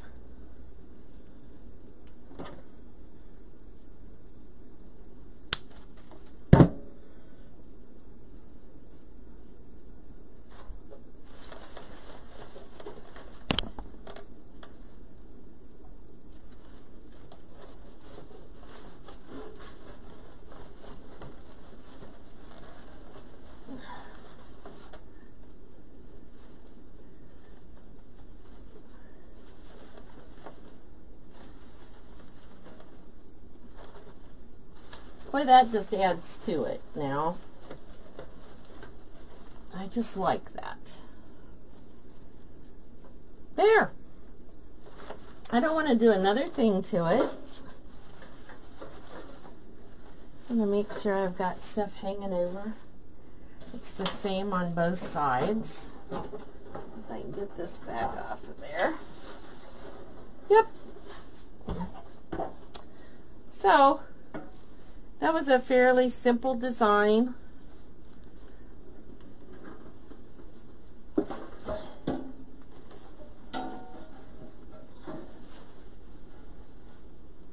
I like that a lot. So I don't have anything that vines down, which this desperately needs. So the next time I'm at Hobby Lobby, I'll find me some vining things that'll come down. Got glue all over it. That would be the only other thing I would suggest, is to get something that vines down. So you get the idea of what I would be going for. I just don't have anything at the moment.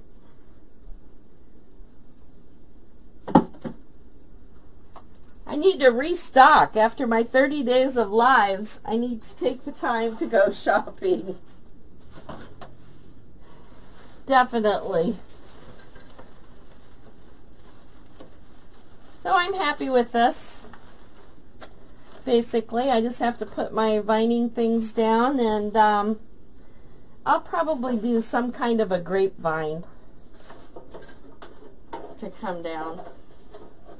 So thank you, ladies, very much. So I won't be on until I'm going, tomorrow's my Monday, same as yours, and I'll be going to the night shift. So I'll be on at noon this week. I won't be on tomorrow, but I'll be on Tuesday. Oh, thanks for the hearts, you guys. So Tuesday, I don't know, we'll find something fun to do on Tuesday. But you all have a wonderful week if I don't see you back on Tuesday at noon. And let's see, I can't think of anything else. So, oh, I'm in the process. I'm going to spend the rest of my evening getting new listings in my Etsy shop. I've got all of my bows listed, all 30 I'm working on. So good night and God bless you all. Bye.